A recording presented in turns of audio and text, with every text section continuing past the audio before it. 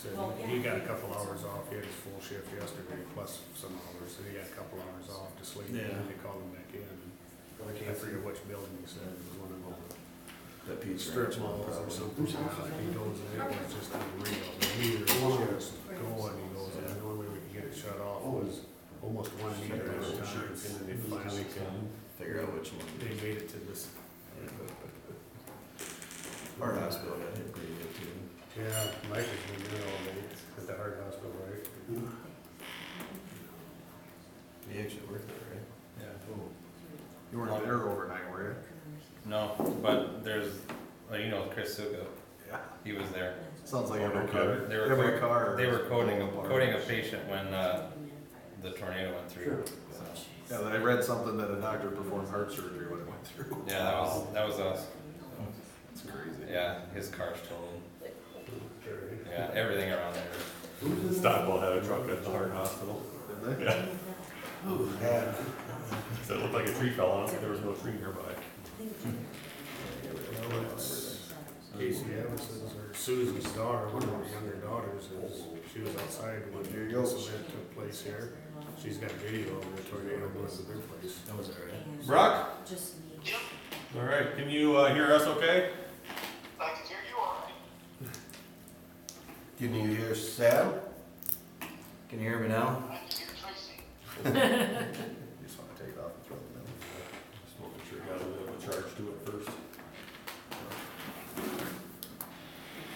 You got 1 minute before. Yep. So I, We've got our lines as well, so we're good. Didn't John go out last night with Marlon? He, the pager went off about 11:30. Are you kidding? But he didn't go out, he went downstairs because he couldn't go back to sleep. We don't want to. Oh, our fire alarms went off, so. We got suggested. Fire, moments. fire. So he's up there, trying to shut those things off. Yeah, And I've it's, just got a pillow over my head, just a work please, session. really. But I just need some sleep.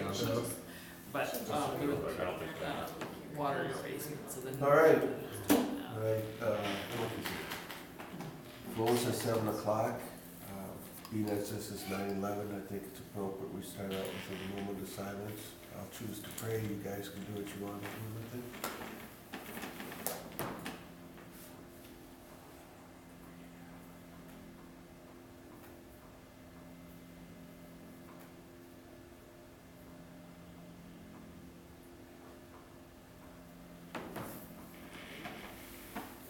Thank you. All right, we're gonna talk about two things, the budget and then, the pending, look at what we're gonna require for, financial disclosure on that. Micah, you have, you kind of the, when they appointed us the expert on, I'm no expert, I just asked the people. For lack of a better term, it's. yeah, I guess it. He was our point man. Yeah. You're a 501c3, is that correct? Yep. Okay. As such,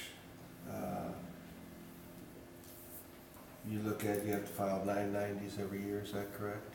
And it is in the process, it should be done shortly for 2018. Okay. And do you have 990s for years before that? We found that we didn't, we weren't a tax exempt or not application. We weren't tax exempt when we got that grant from Altman's that, everybody here in the city got. And so when the lawyers, asking for a number, we found out that we did not have it. And from right that point, we started going down that direction of getting it, and it took, 18 months to get it done. Because, with the shutdown, it happened during that shutdown. Of course. So everything got moved back. But yeah, we found we weren't, and we took the right steps to become it. when did it expire or go away? I do not. I mean, do they tell you when your tax exempt status is no longer? I can't answer to that. I guess I don't know if what's been done in the past. I haven't been there for a long time, so. Yeah, IRS will automatically revoke after 3 years of not filing. So do you know when the last year before this year was that it was filed? Not to my knowledge, I don't know. Like I said, I think I've been treasurer, what, 2, 3 years, we were just talking about over here, 2 or 3 years and just taking over for somebody and. This is Brock, and I'm just speaking as some experience I've had, I guess, over the last couple of years. I've learned quite a bit just from nonprofit. It's been about 8 years since I've been in that business. Through our job, we act as a financial pass-through to some other nonprofits. And I guess the biggest concern I had that popped up only, less than a year ago, understanding the 501c3 and just hearing the fact that, well, we lost, the fire department they haven't filed the 990. So just working with nonprofits, and again, is this nonprofit X, not necessarily because you're a fire department. That has nothing to do with my concern. It's just the fact that the nonprofit status needs to operate in a certain manner. So when I heard the fact we lost the 990, I said, well, is that true or not true? Found out it was true. Okay, well then that all of a sudden raises a red flag in my mind, and just because of my background. And I said, well, what typically you're going to have in a nonprofit, you're either going to have a finance officer, an accountant, or a business manager who actually have background in that particular area. I don't like this. There's nothing ill intent about it. Typically, if you're a treasurer that's kind of been elected to that spot, most of those folks don't have the background, the degree in that. And when you start running a 501c3, it's not all clear cut. There's a lot of things that go into that. So I was surprised, and again, I did not know this until about 6 months ago, that you don't have your own I understand Mike is the treasurer, but you don't have your own finance officer. And I guess I would just suggest, to prevent this from happening again or some other things, that you look into hiring a liaison or some type of somebody to put in charge of those, just so you make sure everything's up to snuff. And we are working with an accountant that has helped us through this whole process and is doing our 990 form. Sweet. Are they doing audits? They're not auditing your books at all? They have our whole books to go through, but we're not required to do an audit. So the elected officials or the hired employees are saying they told us we lost our 503C. Who is they? Where's that documentation? Who is they told us we lost the 503C? Who told us that you lost it? Correct. Well, that's public information when you don't file a 990 form for 3 years. Okay, so who told you that? Where's that at? Well, where's whenever that? we were going through this, we looked up, tried to pull your 990, Okay, and we couldn't find one for 10 years. okay.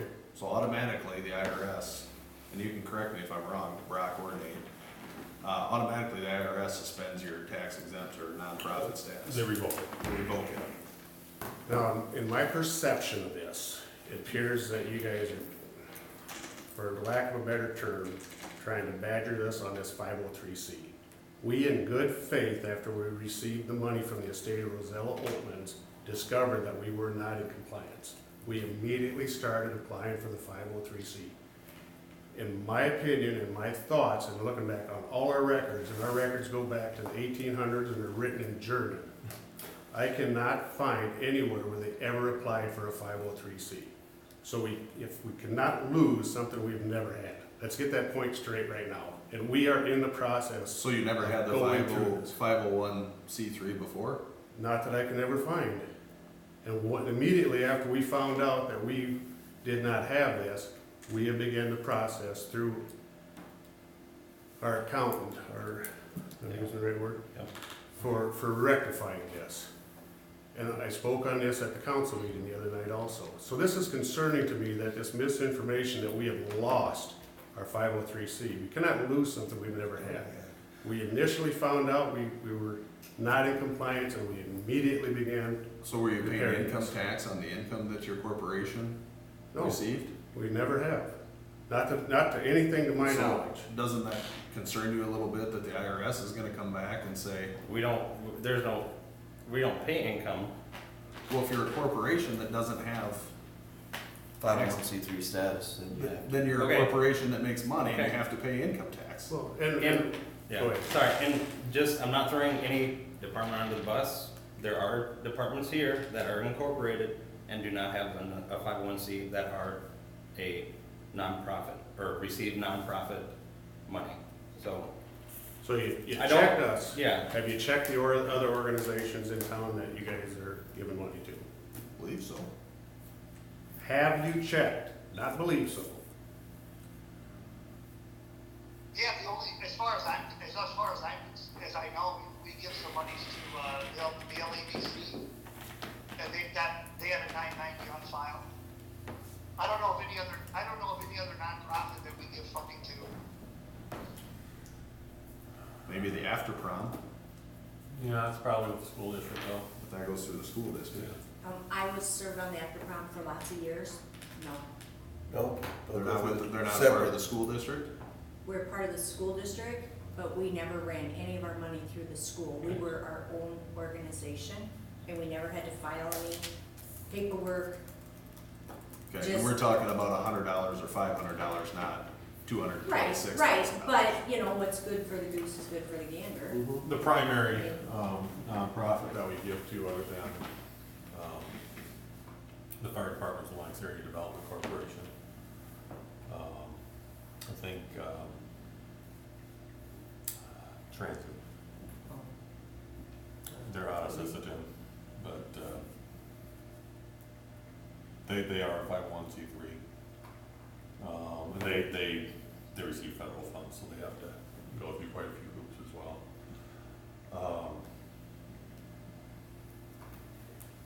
What am I missing? Housing, for There's- They're I mean, organized under the city.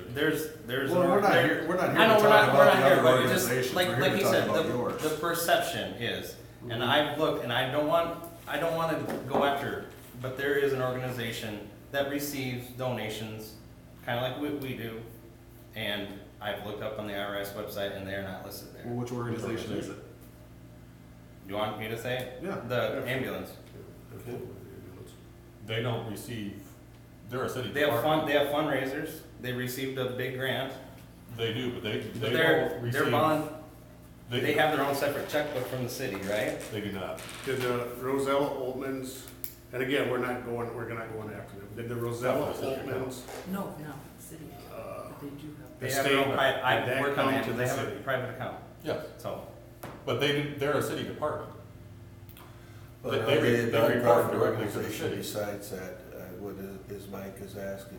What's that? You're asking, are they nonprofit? Yeah, I mean, And- even before they worked with the city, how long have they been with the city? 3, 4? Because being with you guys means you're paying them, correct? You're paying the medics, you're paying, I mean, right? Is that when Correct. you guys joined? And how long ago was that? I don't know, I'm just saying, It is a discussion that I've had with the ambulance as well, but, I mean, again, it's a city department. They're not receiving grant funds. They received money from the estate last year, same thing that we received, and again, we're But not, that's between them and the estate, that has nothing to do with the city. No, we're but just that's saying why it's a we had to nonprofit. start the 503C, because of the lawyers with the estate. Okay. Now, if we're gonna go after one organization, No one's let's going, take care- first off, no one's Hey, going our after. perception, quite frankly, is like the other night at the meeting, you were trying to badger me. That's my perception, whether you were or not. How was I trying to badger you? With the email that stated that I was okay Well, with that's what the the email 40%. said, Wayne. You were reading portions of it and not the whole email. I read the entire email that you sent. Sounds good. That's the entire email that I sent. Sounds you good. sent- What was the content before this? It was a breakdown of the budget that said that you were gonna get $75,000. You said, okay, sounds great. That's correct. After our meeting that you walked out on to go coach Okay. baseball. I walked out of a meeting, I had to go and be with my children, first off. Hey, last night when the storms rolled through here, we had family members and children and everything else also. So to utilize that as an excuse It's not acceptable. You wanted to put your name on the ballot. You wanted to be elected into this position. Take the role and the responsibilities of that position. I do it for mine. I expect the council, the elected council, to do it for theirs. Okay. Now, for us to get past, and quite frankly, if we're not gonna negotiate in good faith, and if we are not gonna address the content of these 2 letters that was brought to us, then you guys are simply gonna do what you want with the budget anyway. Why are we doing here? Why are we wasting our time? I wanna negotiate in good faith. I wanna get past these letters, and I want our community to start going in the forward direction again. We've got 28 members that are totally, the largest organization, volunteer organization in our community. And we are feeling that we are being, for lack of a better words, I don't know if we're being intimidated, retaliated against, trying to be coerced. We're trying to follow the letter of the law, whether it's South Dakota state law or the IRS. The moment we found out any of that was not appropriate, we began the proceedings to take care of it. And we just keep getting it thrown up in our face. Let's finish this. Okay. We probably were never the 503C, but we did address it, we take care of it, and we are now. So you became a 501c3 after you got the letter asking, that's correct? The what? The grant. The grant, that's when you, Yep. because you got that information, you have to be this. Yeah, the lawyer said, what's your number, and, I think I gave him our incorporation number, and she's like, no, that's not it. I was like, well, I don't know, and she's like, well, it doesn't look like you have it, so immediately after that email, I started emailing and figure out what do we need to do to get this, and like I said, from the moment she sent, we went back and forth in emails in a day to the next day emailing to say, hey, what do we need to do to get this corrected right? And it took, being the federal government, took that long. And even, yeah, So the people that have donated to you in the past, do they write that stuff off on their taxes, or how does that work? Or is it just, I can't speak for them. I don't know what they do. Okay. So, this is Brad again. So what I'm hearing then is, so you Know that we needed to be in compliance with that until we received the money from the estate at Elroy and Roselle Holdings.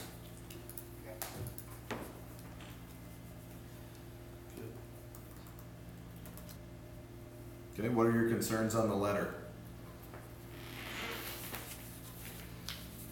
Let's get that addressed. The initial letter came to the fire department via the email. And after, it happened to be our business meeting.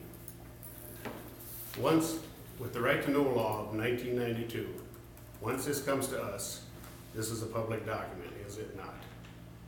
It is a public document, yes. Okay. And there's no personal information in here that cannot be released. So after the meeting, and quite frankly, being taken back by this, I told my members, you have my permission if somebody wants to post it. And Now- what's the purpose of posting it? To get, this is factual information, is it not, from the No, city I'm just council? asking you. You wanna have a back and forth in a conversation. Yes. I'm just asking you, what's the point? What is get- the purpose of? Was this gonna go out to the community? No. So how do they know what the factual information is that's being corresponded with the Lennox Volunteer Fire Department? A member put it out there on my Wait. blessing, and I don't think you're right. Wait, we, this is Brad. The letter, the points itself in the letter have no rationale behind some of the statements, and that's kind of where what was gonna come next. It's the rationale to why the letter said what it said, as opposed to just the stuff that was in the letter. Because if you look at the points in the letter, if you just read that verbatim of what it is, it seems like, well, they're just cut. And that wasn't the point. what is the point of the letter in your intent? Just to identify places where the council feels that we need just to improve on, or just clarification on some things. Okay, but it's a public document, and it's the right to know law for the public to know about it. We put it out there for the public to understand that this letter is coming to us, and that we're having some discrepancies. And quite honestly, the public, the community knows about the things that are going on. but I cannot speak for them because I do not know what their thoughts and what they speak about are. Everybody's been talking about it, or not often, a lot of people have talked to me about it. So, first off, in the very first paragraph, thank you for your fiscal year 2020 budget request you presented to the City Council on August 20th, 2019. In discussing your request with the members of the City Council, several concerns were raised with regard to your request. So, my question is, did the council, the elected officials, have meetings to raise these concerns? Whose concerns are these? Wait, this is Brock again. The biggest concern I had in terms of the initial budget was the discussion about the SCADAs. And so your original budget was 106, and then on top of that, trying to provide 20 SCADAs for the either this upcoming year or the year to follow. And so when I started to look at a little bit of the South Dakota Fire Chief's Handbook, which is from a South Dakota public public response, it talks about equipment and it talks about changing that out and immediately putting a date on when your SCADAs are going to go bad. And so it talks about rolling new SCADAs in and new SCADAs off and turnout equipment and hose and everything like that. And so my concern was, my question I guess I had, and I guess I asked you this the other night, was knowing that this was coming or that you needed new SCADAs at $7,000 a piece, why haven't these been rolled out like 3 or 4 at a time per year? Because if we buy, and I might be wrong on this, but if we buy all 20 at once, then they're going to come off the books again at once, and we have to buy another 20. As opposed to a 3, 4, 5 rolling, kind of a rolling schedule. This is part of the NFPA recommendation through FEMA with the assistance to the fire grants, that you do all at the same time. So all your equipment is exactly the same with the spare bottles, so that we're not mix and matching different SCBA's. It's a firefighter safety thing with FEMA. That is why we're looking at doing it. We do not want to piecemeal for next year, for the following year, or whatever it happens to be. Now in 2004,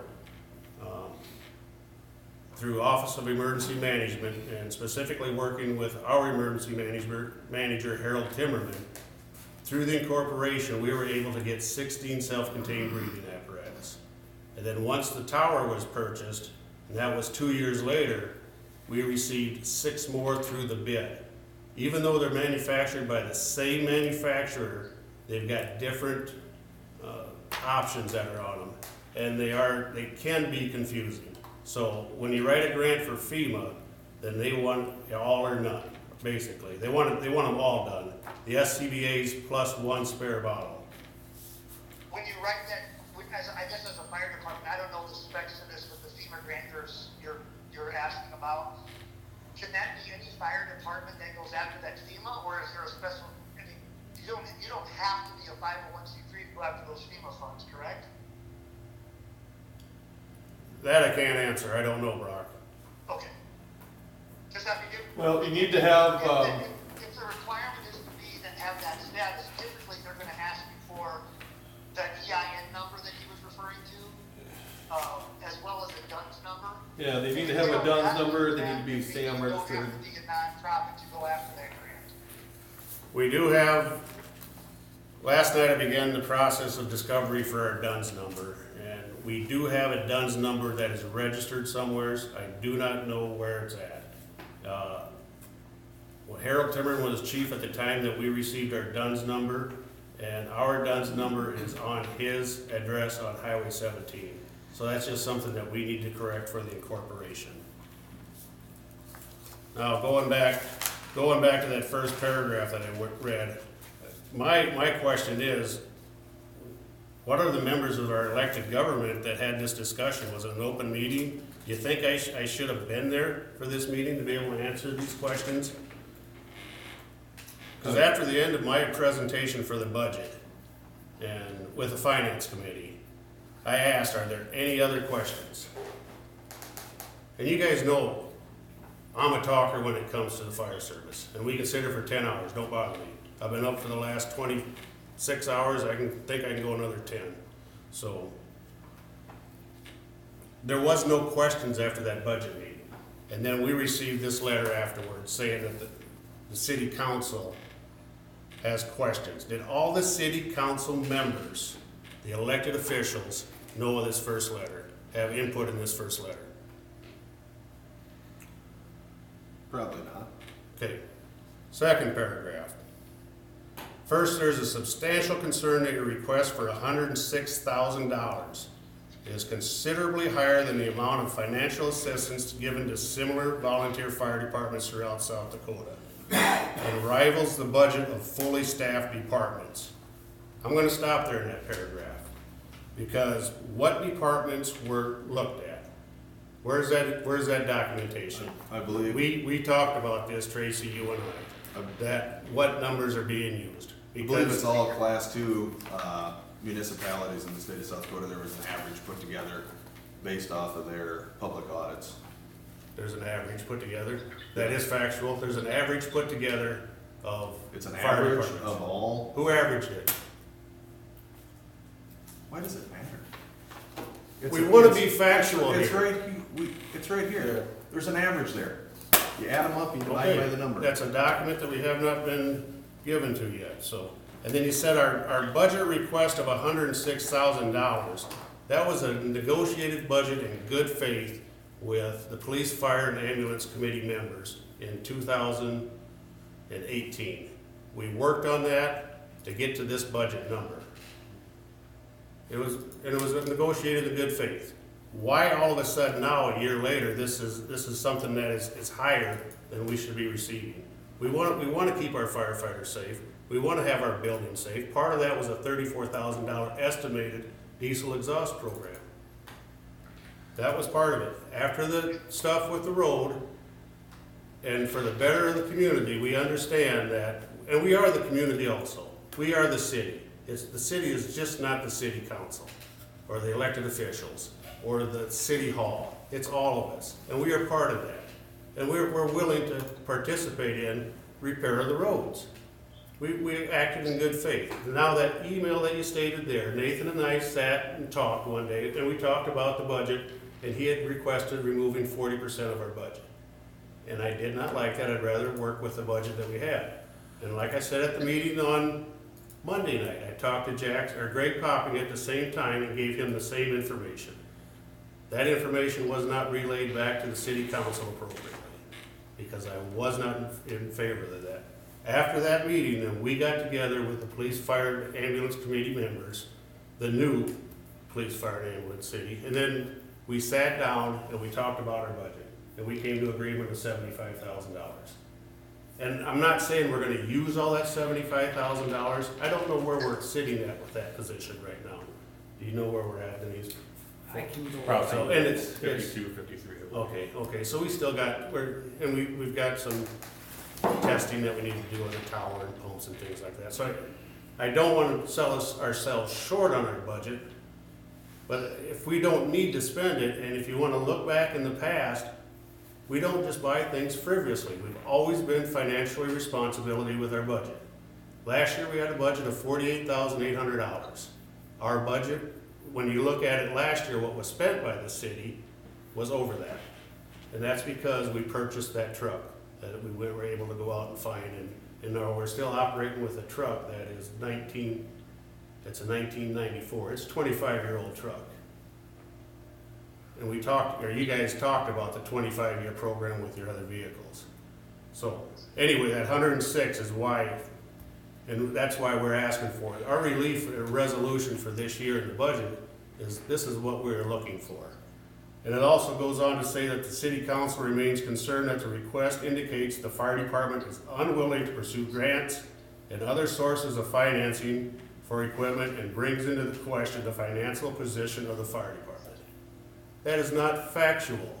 I've got the grant applications of the past in my folder at home. Last night we met with a member who gave us a $3,500 grant. We wrote those grants. We wrote the grants for the SCBA's in 2004.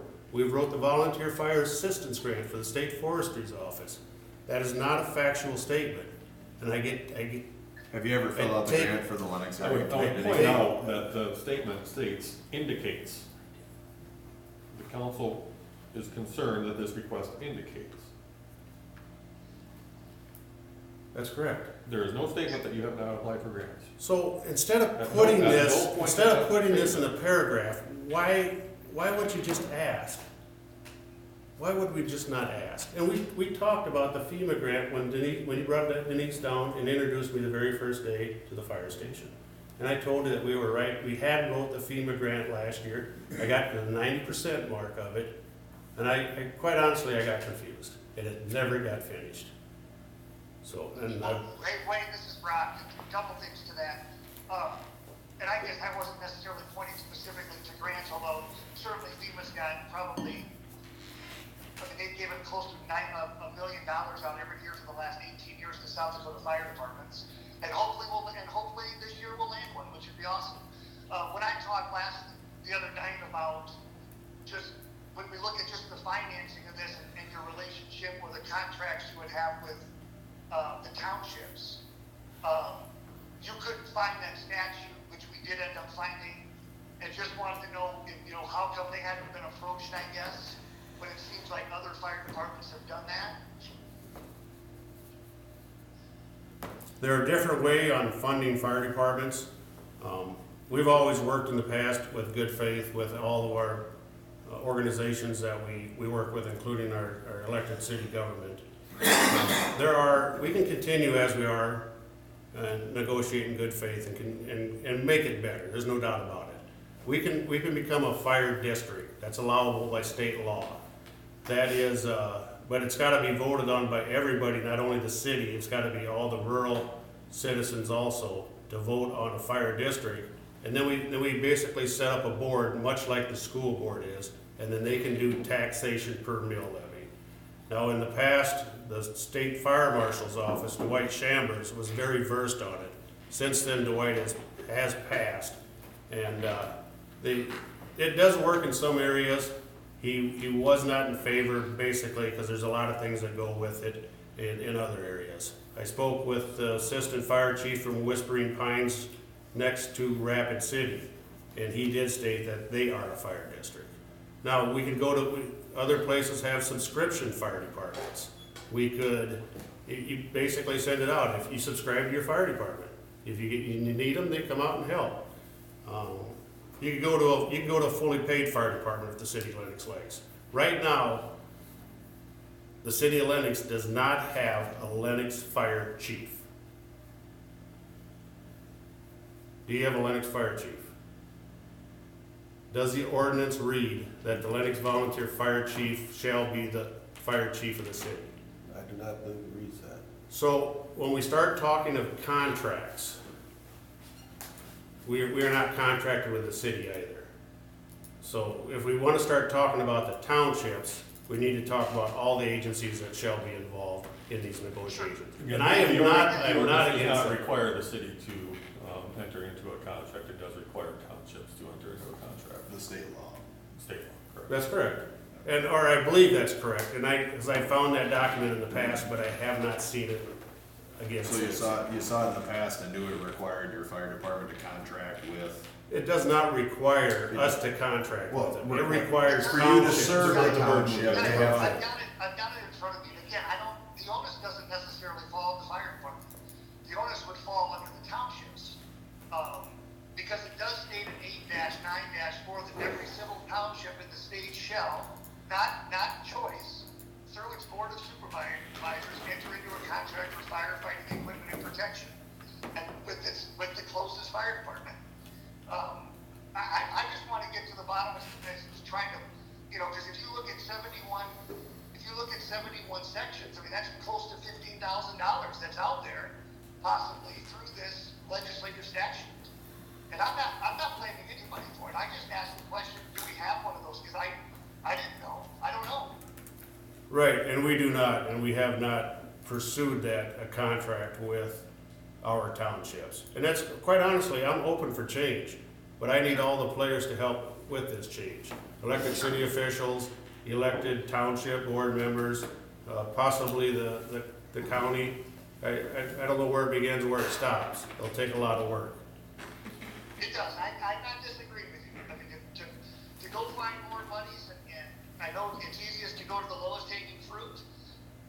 It does take time and effort. It certainly does do that. And then in the second budget, it states too that, it rivals the budget of other fully staffed departments. Our $106,000, I cannot believe, would rival the fully staffed department of any fire department in the state of South Dakota. It's our city City departments, not a fire department. One of our city departments, the Parks Department, the Library Department, those types of departments. So I took it in this sentence, that financial assistance given to similar volunteer fire departments throughout South Dakota and rivals the budget of other fully staffed departments. Yeah. So in that I statement, apologize it's if telling that's us. unclear. I was referring to City of Lennox Department. Okay. I want to make sure we clarify too, you had asked a question about meetings, and no other meeting occurred where we discussed this. I do speak with city council members, I would guess daily, though I would hesitate to say that fully. And those discussions yield opinions and thoughts on matters before the council that I am responsible for carrying forward. I guess another thing on their way, maybe it was a year ago or so, we talked about the addition to that fire hall and the fact that there was one too many trucks and couldn't quite fit them in. You had to store one somewhere else. But if we could pursue getting this Laverne truck, this 1994 truck to Laverne, we could surplus the other two, and it would make room where we wouldn't have to add on. And then in the budget you proposed to us on that financial budget a couple Wednesday nights ago, you talked about monies to add on to that fire station. Can you talk to that a little bit? Absolutely. Just as Nathan has said, that the other fully staffed departments was not the intent of that statement. I don't believe if I made that statement, that was not the intent of my statement. The reason that we consolidated two trucks together, first and foremost, was a safety issue. One was a 1982, the other one was an older Mack truck tool van, and they all had lap belts, and it was a safety issue.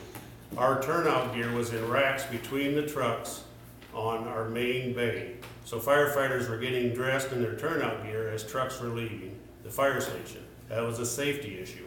Once we were able to consolidate these, we were able to move those fire racks into a separate room of the fire station, thus removing our firefighters from between the trucks as they're putting their turnout gear on. Now, I never made, I believe, made the assurance that this would be enough for the Lennox Volunteer Fire Department. That building was built in 1974. It still has the same toilets in it. In 1974, everything was gas engines. Now everything in there except for one vehicle are diesels. It's time for them, and we need help. We cannot do it on our own. We are not a for-profit organization. We are a non-for-profit organization serving our community, the city and our rural people. So I've spoken with some people that had some fire departments, and they said they ran into the same issues, and they just opened the doors to get the fumes out until they were able to secure a grant to put that system in that you talk about. Have you ever applied for a grant to put that diesel fume system in? No, last year I began the process of getting bids for it, and I received a $34,000 bid on that. So that was from one vendor, so that was our baseline for that. That was where our negotiations began for our 2018 budget. Now, When you talk about having the same toilets in there from 1974, haven't there been in all of our budgets monies given to you guys for building and maintenance? the building and maintenance, No. we do the maintenance No, I'm asking- under no labor. But for the building, The city building, the city building, we've given you money, correct, for buildings and maintenance? there has been the city has invested money back into their building, absolutely. Okay. But a lot of that has been through, it might be light bulbs, it might be changing light bulb fixtures. One time we did the insulation in the building because it was built in 1974 before the big energy crunch. So all that, the updates have been there. It's still a great building. We're not looking for a brand-new fire department. A few years ago, city council approached us, and I do not know who was on and who was representing it, but they were talking about building us a new fire station. We're in the center of town. We're in a perfect building. We don't want to move, and our building is good. We just need to update it. I remember that discussion. I was on at that time, and that's what you said, that it also had to do with you have to be centralized for your rating. ISO rating, correct, Tracy. Yeah, and I remember that discussion. One of the things I wanted to get back to too is, what's important to me is not having a full grasp on that when we compare like to like, or we try to compare like to like when we had that discussion. Yes. I really want the numbers that we get, and we've been moving toward comparing ourselves to other municipalities and trying to get that like, because we have to look at not only the fire department, but also our wages, making sure they're fair. And the wages has been a big part of me actually looking at that, because I don't know all the factors, so I got to have an outside representation to help me look at what's appropriate.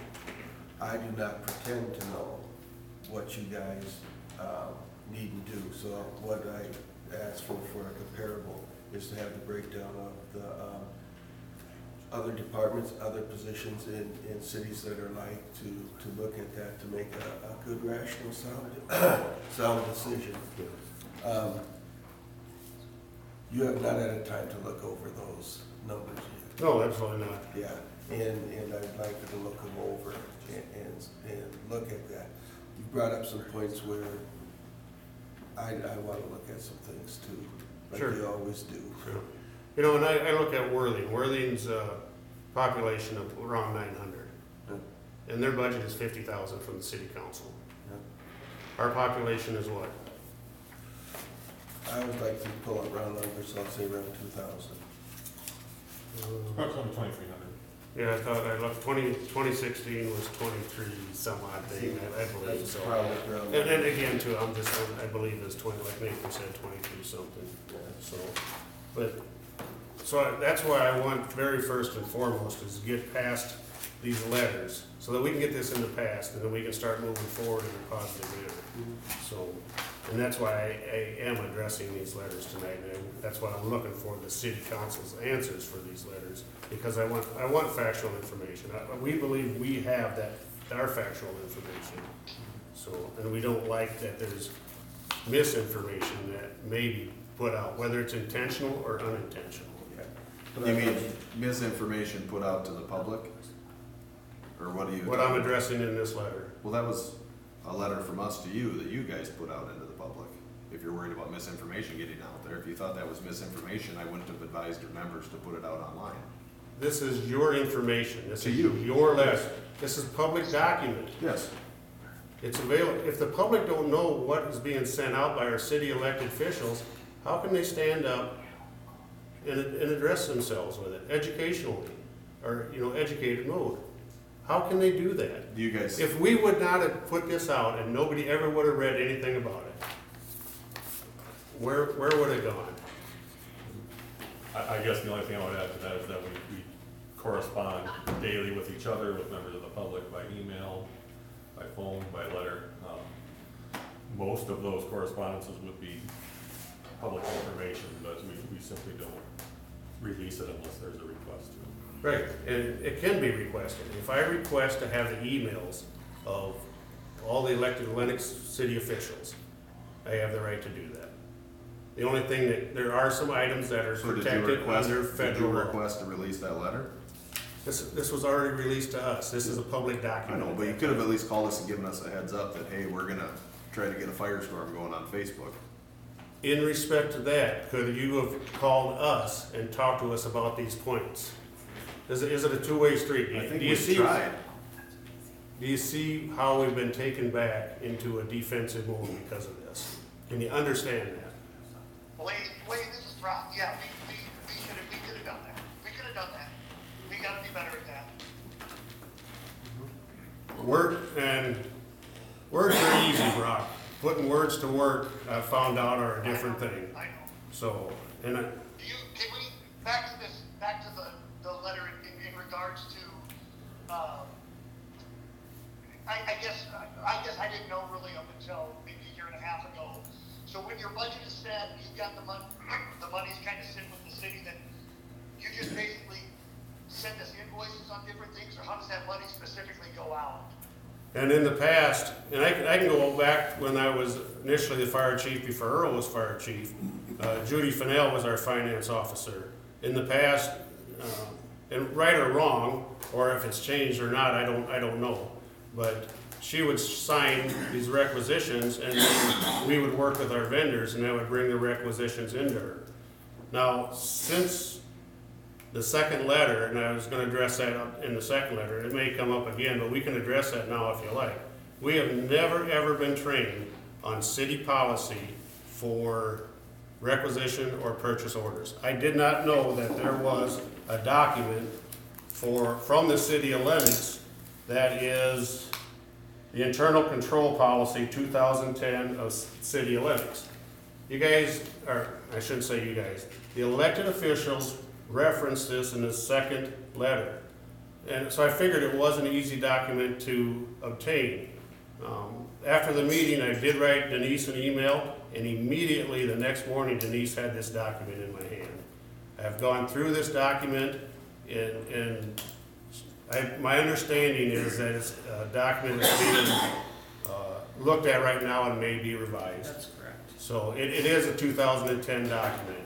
And part of the purchase or requisition order part of it, it does say optional in there. And I believe Denise, what, We are gonna make it required, and the Okay. reason why is because, I guess my goal is I want to, get the department heads involved a little bit more. So they're the ones that have to come and tell me what they want for their budget. We've gone through all of that. So now, when they do a purchase order, they're going to tell us how they want it coded. They're gonna tell us where the money's gonna come from what part of the budget. And that way then, they know, and I know how to actually pay that bill. oh, So that's kinda how I'm thinking that it would be, because I know there's been so many questions on, well, where did it come from, where did it go to, Right, that right. type of thing. So this way, it's just, everybody's on deck with it. We'll have, somebody can request it, so, and then it'll go to the department head. Department head will then code it, how they want it, to be paid, and it'll be sent back to us. When the invoice comes, we match it up with the PO, and then it gets paid. and that's awesome. That Yeah. is outstanding. And I commend her. She had that document to me immediately. However, the document, when you look at it, because we talk about 3 bids. Inside the document, I don't know if it's city ordinance or not, where does it say that we must get 3 bids? This is the city's adopted policy right now. Even though it's being revised, it's still our city's policy, it's our document. Also in there, it does not say, what is the dollar amount? If we need to go down and buy a $3 light bulb for the bathroom at the fire station, do I need to come and get a requisition? What is the dollar amount gonna be? Now, I'm not going after saying that anybody is wrong at this, but we want to improve it. So we'd like to have some input on it, or, so that is a good workable document, so. But anyway, so with that being said, I don't know if we need, that was part of the second letter, and again, thank you, Denise, it was instantly when I got that email back from you. With regard to the quotes, we don't have a minimum dollar amount where we do that. I would say that, we should probably be applying it to all capital purchases. So vehicles, I don't think we do it with IT equipment. Though I think Jordan probably He goes out does, for yeah, deals. yeah, because I did ask him for, So going forward, so like if we need to go down to Ace for bulb or something. We need to figure out what we want that dollar amount to be. Right. Because right now, like the streets department, if they need a hose clamp, they're gonna come in and get a PO. Okay. Which can be a little burdensome. yeah. Right. Yeah, 'cause and like, so when we go down there, it just, if it's like a light bulb for the station, I just tell them, put on, for the city, but put fire department, is that right? You'd call us, get the PO number, we, But you want a PO for a light bulb or what? If you can tell them, see, because otherwise when I get that statement, I don't know where it goes. So then I'm chasing it down, or Dawn is, trying to find out who bought this and, that type of thing. So, Yeah, That's when I where- gone for light bulbs, I just say put it under the city's account and then put fire department. okay. So I don't know if it comes over that way. And Dawn is usually the Or one not, that okay. actually does all that for me, and so I'm trying to make it easier on her, because she's the one that actually gets all of that and has to go through it Okay. and try to figure out what belongs to this department, that department. Okay, So- so then, so going forward, you want us to stop here quick? You know, or if you just- don't, Or not just bring necessarily- bring a receipt? yeah, Or what? actually, if you bring in the receipt, that's awesome. Okay. So, if it's under $10 or $20, if you wanna even drop off and you've done I that, know, Wayne, yeah. in the drop box and put on there, fire department, please code repairs, or whatever, that way then we know that that's where you want it to come out of, Okay. okay? And it's a work in progress, and I applaud you for that, because we have bantered back and forth with the other finance officers, not just last year's, all the way back through Jerry and everybody, because when you look at our budget, it says insurance, or it says work comp, or it says machinery, and it was so difficult for them to try to understand where to put that. So I really do commend you guys for wanting to make this better. However, Rome was not built in a day, and now all of a sudden, this information is put into a letter to back the city council's comments on it, and it's not factual, because the document does not have that in there, saying what we need the PO for and requisition for. So you see how we take back Right. be a little defensive on it. I guess I should make clear that the letter is not from the city council, or the letter is from the city administrator. So what is in that letter is coming from the city administrator through conversations that he may have had with members of the city council. Okay, because when I talked with Tracy too, I understand that Nathan has signed this letter, but I don't wanna put the whole burden on his shoulders, because we have the elected officials that are out here, and I don't wanna have that bad rapport with our hired employees. So that's why I would like to get these letters cleared up first, so that we can move on. Is there anything else in the fields? No, I guess just, yeah. If we need it. It's nice to know just that if we do get a light bulb, we'll just drop Yeah. the thing off. Yeah, and that's Yeah, fine. 'cause as long as I've you- gone there and I just told them put fire department, and Yep. I guess it doesn't come, so. I don't know if it does or Okay, not, but okay. if we do have the nice thing is that, and I'm big on documentation, so when I get that statement, I wanna be able to have all of, and I've told all of our, other streets and anybody that goes down and charges, I wanna have a receipt, Okay. so that, I have proof, I have my Yeah, no, documentation it's- right below it. That's good to know. I said we wanna So- do our best Yeah. and, okay. And then we know how to code it as well, so that we can split it out correctly. And I believe, and we do have documentation for everything that we have brought to the city to pay back to the incorporation. So, and I know we utilize funds. Our members utilize their own private credit cards to purchase things at a more reasonable cost from one vendor than the other, and we need it for our program. And then it's always been good, and it's been in good faith and good practice that we have been reimbursed for these items. And we have the documentation for them, and you have the invoices for them. Yep. Now, in the past, we have been audited by the city, but the audit has always been the equipment. Oh, And okay. that's what they've been looking for. What we have purchased is that still there? So, and that's where in the past, we can see that we've done our city audit there in the city. When we did our audit this year, I know they visited city buildings. I don't know if they went to the fire department. Okay, I don't remember if they did. We could probably ask for that Yeah. next year. So, and with that being said, because we just recently have had to do a credit card purchase with one of our members, and quite frankly, if I could address in an executive session, I would with the city council what that purchase is. And I will divulge that to you because it's for the safety and security of our community.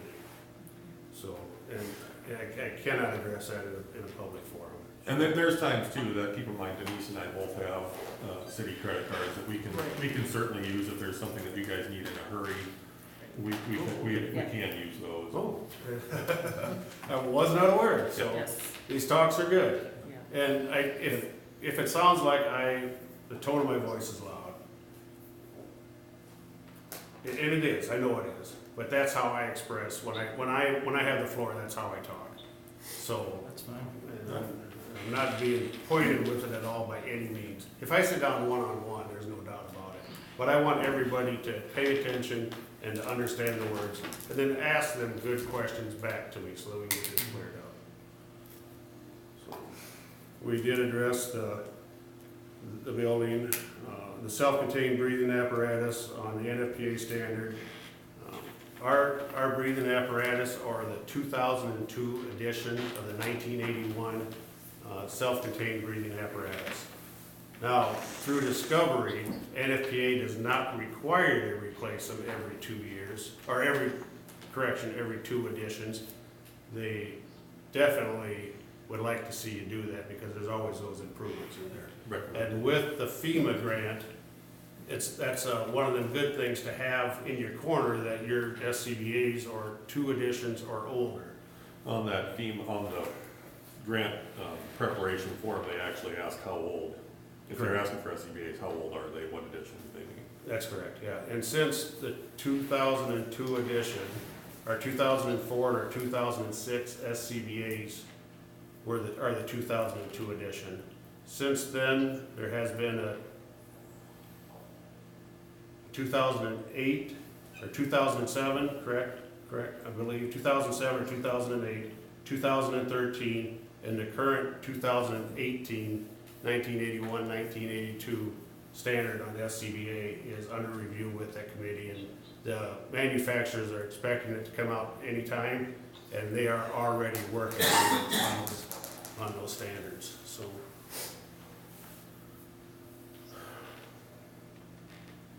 And with that grant also, FEMA requests that you have an SCBA for every seated position. And we have 21 seated positions. We've tried in the past, and we wanted to get one for every member, and we can be 30 members. But like we spoke the other night when Brock asked about, or I don't know if Brock asked, or one of the elected officials asked about the fitness of firefighters wearing SCBA's. We understand that we need the guys driving tanker, we need the guys operating pumps, we need the people outside doing incident command. So, and NFPA only requires that it's one for every seated position. And if my memory serves me right, we have 21 seated positions. Does seated positions mean, this shows I don't know what seated positions, does that mean the people actually going into, could go into the building? Or what does that mean when Right. you say seated? They are responding people that need to have that piece of equipment available to them if it's required, so. A seat in a fire engine, in a bumper, or whatever. Correct, yeah. So, That's what it's referring to. yeah. And so our seated positions, right now with our tankers, we do not carry any SCBA's in our tankers. And there's 2 seated positions in every tanker, but we must have an SCBA available for those members that come out there in those tankers.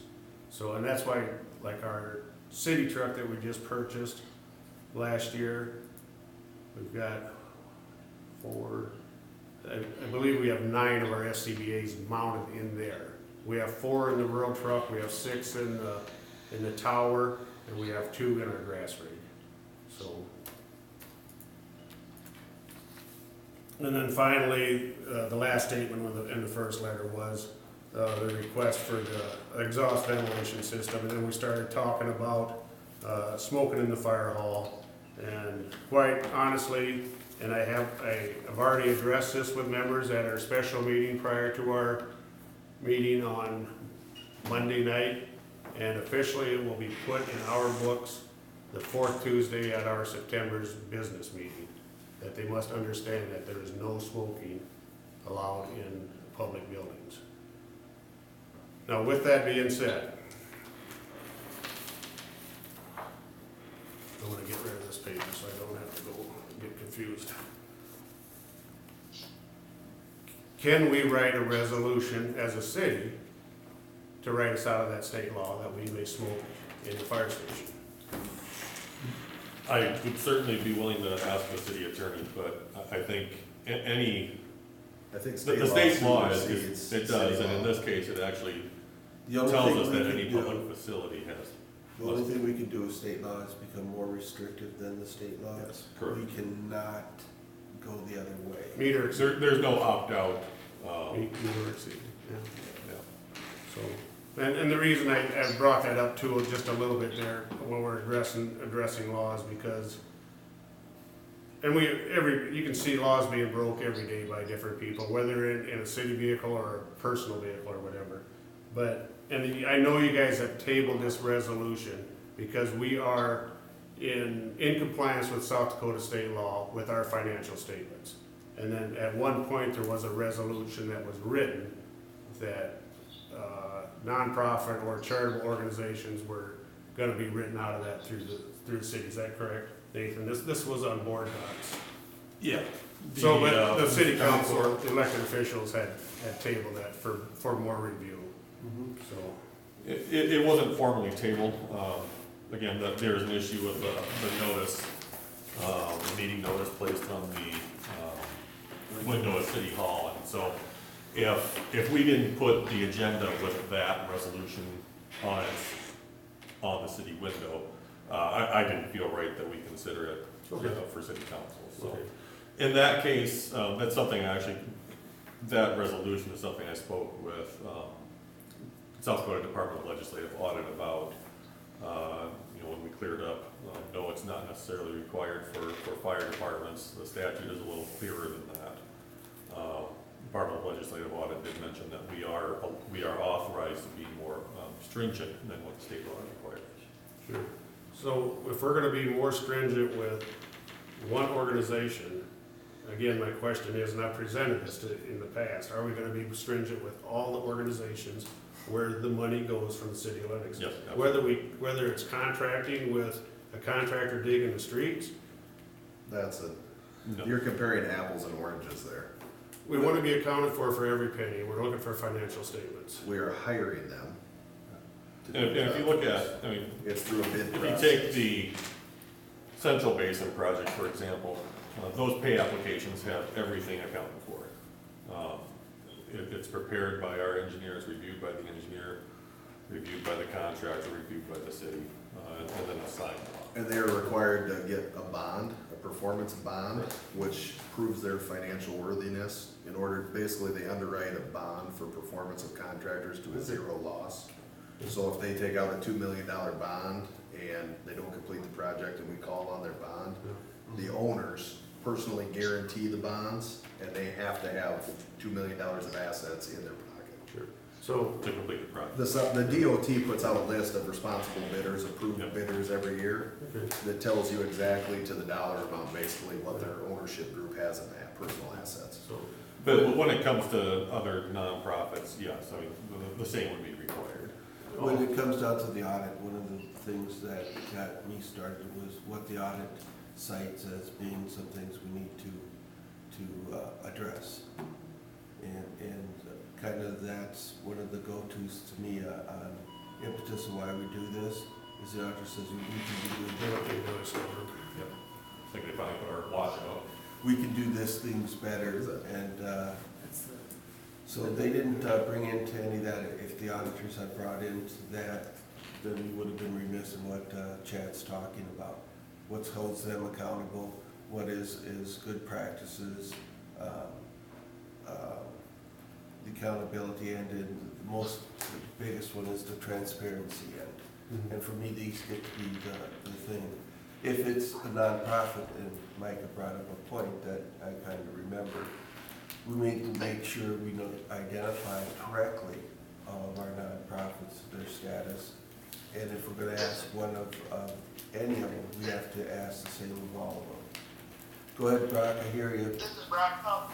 And I think that at the end of the day, we're all aspiring to be highest integrity, highest character.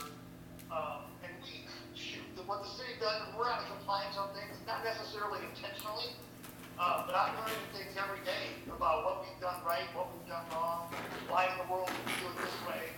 But hopefully we just all aspire to do things better.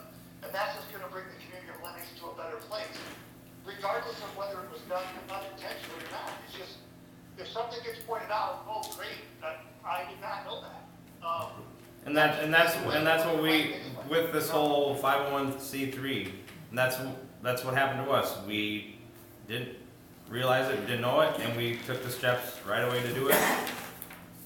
As an example, what you're talking about there, Brock, Denise and I were actually talking about this a while back. I noticed when I was looking through the audits available on the Department of Legislative Audit website, that some of them aren't done every year. Well, state law only requires municipalities to do it every 2 years, which, But then they do a 2-year audit. yes, it's not of the 2 years, but they only have to do it every 2 years, which Denise and I appropriately feel is crazy. Every year, yeah, Um, every but- year.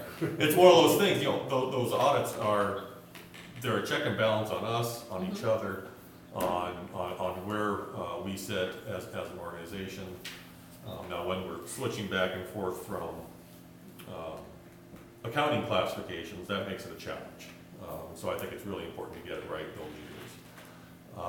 But we expect, you know, when we have a compliance visit from, whether it's our audit or DOT or DNR, whoever it might be, we expect them to find things wrong. We expect that, because we know that nobody is ever compliant on everything. We treat that as an opportunity to improve, and do better and work at coming into compliance. For the next opportunity. Can I make one simple suggestion on something? Sure. Your guys' fiscal year, the letter that you sent out in terms of your, update and stuff, your fiscal year, it says goes from May to May. Two questions on that. No, Is that like April to May, or is that May to June? January, December. It is January to December. Yes. Great, because I thought on this, I saw a fiscal year from May to May, but I Word. didn't read it the right way. That's good to know. I was just gonna say, there could be some reasons why it's from, it said May to May, but I just wanted to know, being on a fiscal. No, everything, yeah, everything, and like on that 990 that they're gonna do, it is the 2017, or wait, no, 18, or 19. The January of 18 to December of 18. Perfect. So Brock, just so I understand where your thoughts are coming from there. Our incorporation, we go from April to April. That's when we do our elections, and that's where our elected officers are and our board members are. So that is our annual meeting. That is our annual meetings. Okay, because that's what I got confused on. Because I work in a place too where a fiscal year goes from, like, ours goes from June 30 to July 1. And there's reasons for it, as to other corporations and so on. So that's where I got confused. Okay, yeah, and quite honestly, like I said at the council meeting on Monday night, there's a lot of gray area that we're discovering, that we're working in, and we're trying to be compliant. And some of this is like trying to look through opaque glasses on it and trying to figure it out, so. And, I mean, we're happy to be resources for that. You know, Brock, I, Denise, we all have, you know, combined several decades worth of nonprofit and other experience. We're happy to provide any information or assistance or advice on, so. We appreciate that, because the budget we receive from the elected officials in the city is, and we want to be responsible for it also. All of us are citizens with that, in that respect. I hear the comment that, my question is there a concern of this accountability? What is the driving force for this subject matter? We're in state compliance with the law, is the driving force, are they afraid that we're buying equipment and selling it out the back door? Are you? I can neither confirm or deny. So, No, I that's don't, why we did the audits. from a staff perspective, I don't think there's any concern that there's improper spending of the city funds. Okay. Not at all. Okay.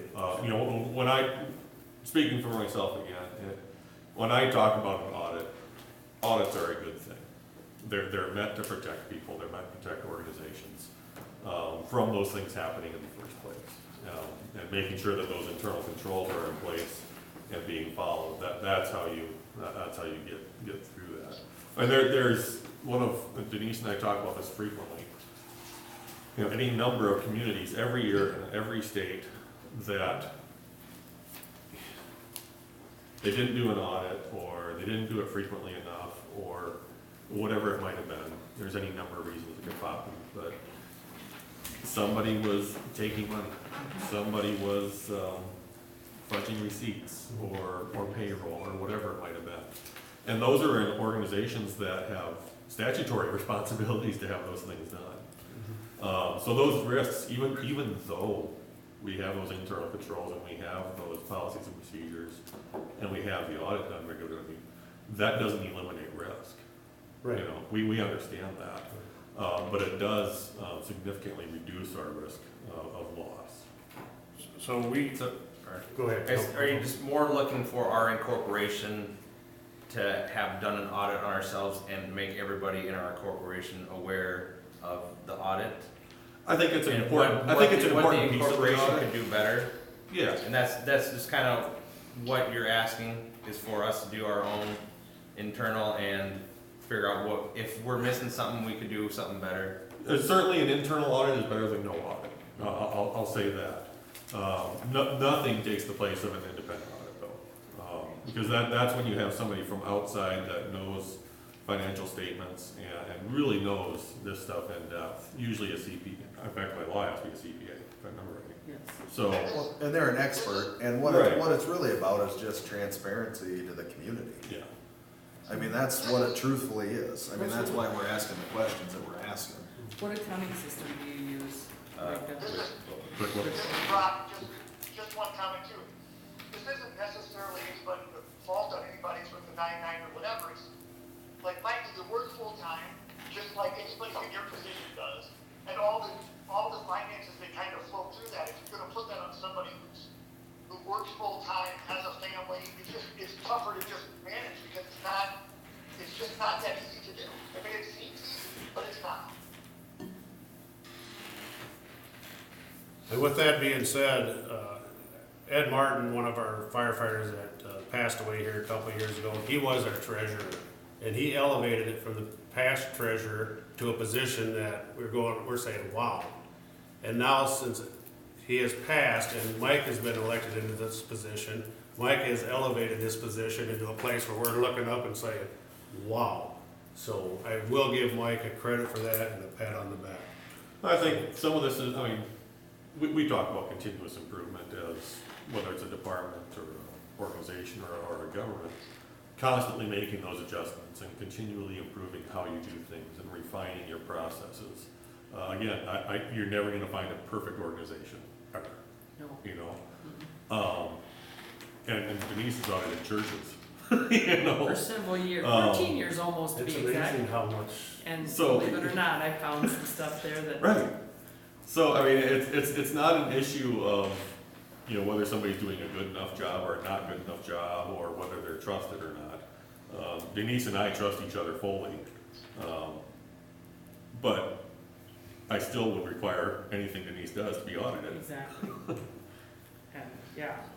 And then going back to the policies and procedures, that's not on you guys about how the purchases are being made. That's just a lack of training from the city. Yeah, and And that's what we're and trying that, to get and, better and at. that's what it's good to know this, because Yeah. I mean, we wanna do it the right way, just like, you know, Yeah. we wanna do it the right way. Yep. And so, you know, like anything you can do to help us Yep. with that, you know, like I said, if I go get a light bulb, I'll drop the receipt off or stuff Yep. like that. But, you know, if there's a dollar amount on something, you know, it's good to know. Well, just like Yeah, the I city don't- credit cards, if you need something. Yeah, no, it's Just just, how. And that's probably the preferred way to purchase it. Yeah. Yeah. truthfully, I mean, it's just less work Right. for everybody involved. Because if I don't Like- have, like- if like- I don't Fill out have an a state expense company, she's report, gonna get find a it. check. Now, the question, you guys have an Amazon account. We Yes, do. we do, Good. But I just With ordered, Brian. I just ordered ink from there. And yes. so I just write, you know, Yeah, write and my. that's easy. And Yeah. so what I do, if you send me what you want, Mhm. I can go ahead and order it, and then there is a place where, it asks for a PO, and I usually put whatever department. Okay, So if police asks, I put police, fire, whatever. good to know. And Yeah. when we talk about, you know, in the letter, when I talk about POs and the lack of use, it's not a, you know, this is your guys' fault that you're not using POs. It's more of a, this indicates to me that there's just not a whole lot of knowledge there about those internal controls. And that's what gets me worried from a compliance perspective. And again, that's on us in the past administrations of not properly, I mean, just like any good firefighter has good training. I mean, we just haven't trained you properly on how to do it correctly. And so with that, I look forward to the revision of that document, so Yes. we know. We it's- greatly look forward Just to like, it. where it I'm says working on it, I'm working on it. why would you even put it in there if it says optional? Right, right? I mean, it's just, One of the things too, Maybe like, we're wrapping up and maybe we're not. I got one more question that I found out. A lot of, I don't know if they're just all the volunteers or the ones that are also municipal. They have, not all of them I don't think have it, but some that I've talked to have what's called the deferred, what's the word I'm looking for? Retirement, Deferred, it's not deferred retirement, deferred. Deferred compensation? What is that? What is deferred compensation? Yeah, I guess I can't answer that. What is deferred compensation? what I've been told from people is at the end, when you retire from a volunteer fire department, you get some sort of compensation from the fire department for your years of service. Okay, so let it be specifically known, we do not have a retirement plan. I have a retirement plan from the city of Sioux Falls for firefighting. You guys are everybody's working on it. You get a better rate than we do. yeah. Rightly so. Hopefully, I was very- hopefully you're on the state plan. I was very fortunate, I will say that, Yeah. about it. So with that being said, we do not have that retirement plan. We have, personal loss reimbursement plan that we work with our firefighters with. And throughout the nation, and I've talked about this in the past, about the number of fire departments that have been closing, and it's due to different things, whether, for whatever reason, they're going to career departments, or they're doing volunteer career, or they're just totally, they're being absorbed by another city like that. So, but in the past, and through the National Fire Academy, there are courses that are out there for recruitment and retention of firefighters. Lennox can go up to 30. We have 28. We just recently had 2 of our firefighters leave the department. And we do use the word retire, because Danny Avis just retired from our department, 26 years and 1 month. Doug Vieter last year retired with 30 years on. So, with that being said, we are looking at recruitment and retention of our firefighters. And we look at the retention of our 15-year and more firefighters. If you watch the PSA ads on Kello or KDLT or anything, and you see Minnehaha County often putting a public service announcement out there. We're looking for firefighters, sign up, sign up, sign up. Yeah. You know, so we're very fortunate in our community that we don't go out looking for firefighters. So anybody, we do have the personal loss reimbursement plan. Right now, anybody with 15 years and more on, it is, oh, I don't have that number in front of me. I really got to think closely on it. I do not wonder.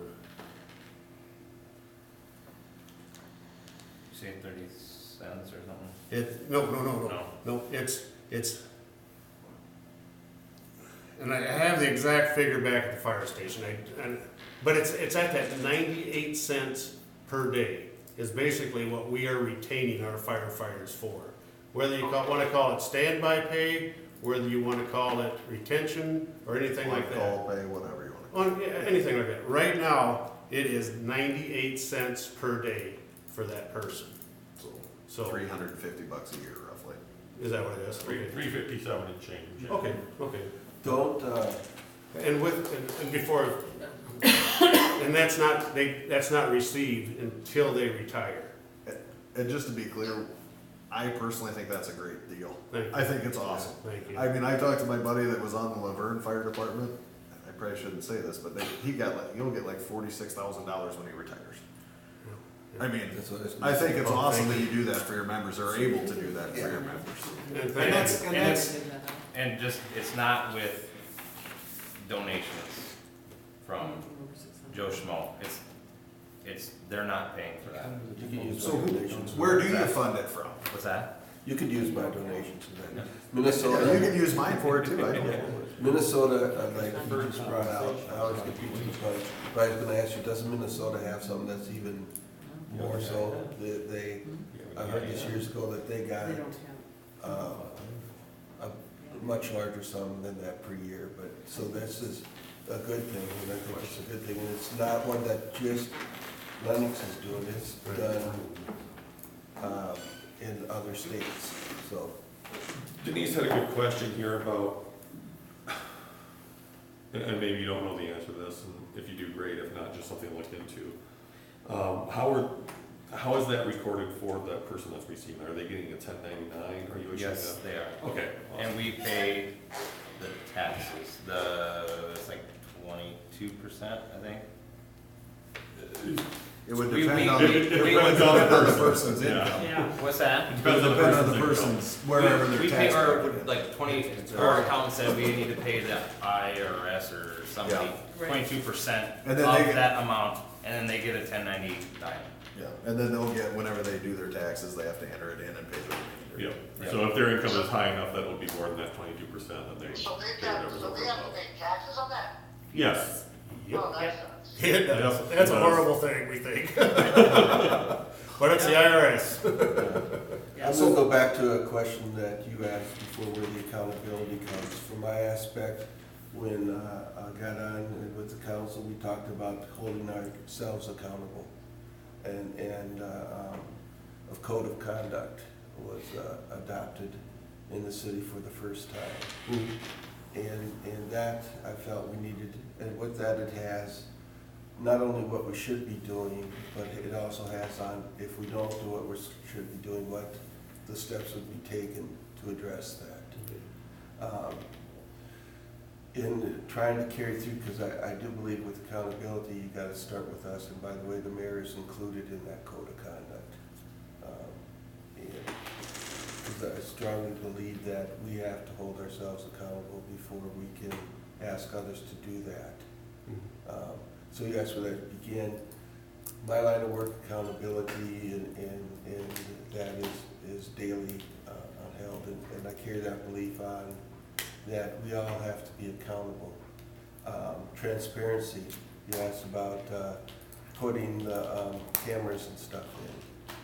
And you've all heard me and stumble around and stuff, but I want it still to be recorded so that people can hear what is being said in meetings by council and by those that attend council. So I felt strongly enough about that in the council to push it through so we get these cameras in for transparency and accountability, you know. me. Just I'm one. the only one watching right now. The other ones have like 200 and some. Where's the empathy? When you asked about doing that, and I would also point out that you didn't like the trailer courts, and what I'm finding is when we go this, there's always some bumps in the road that makes us step back and look at the process and how to correctly do it. Starting out with it, you start out with what you think is the accountability, right thing to do, but then you get feedback from the people it affects. And this is what you've been able to give us now. When you ask some of these questions about, are you holding everybody accountable that is nonprofit? You know, would this 990 come out for everybody that we have, that they'd have to provide this? It would be, my vision, if we haven't done this yet, it has to be an ordinance, would be that it applies to everybody that, apples to apples, that it's not gonna be one organization. It's not gonna be one place. So in looking at that and starting out, you start out with some things, and you start out with some beliefs, and you don't have those beliefs that go unchallenged means you might come up with an incomplete product. So having this discussion helps us to get a complete product. I've run into this before, you know, when you start out with an idea and getting it into, getting in where the rubber meets the road.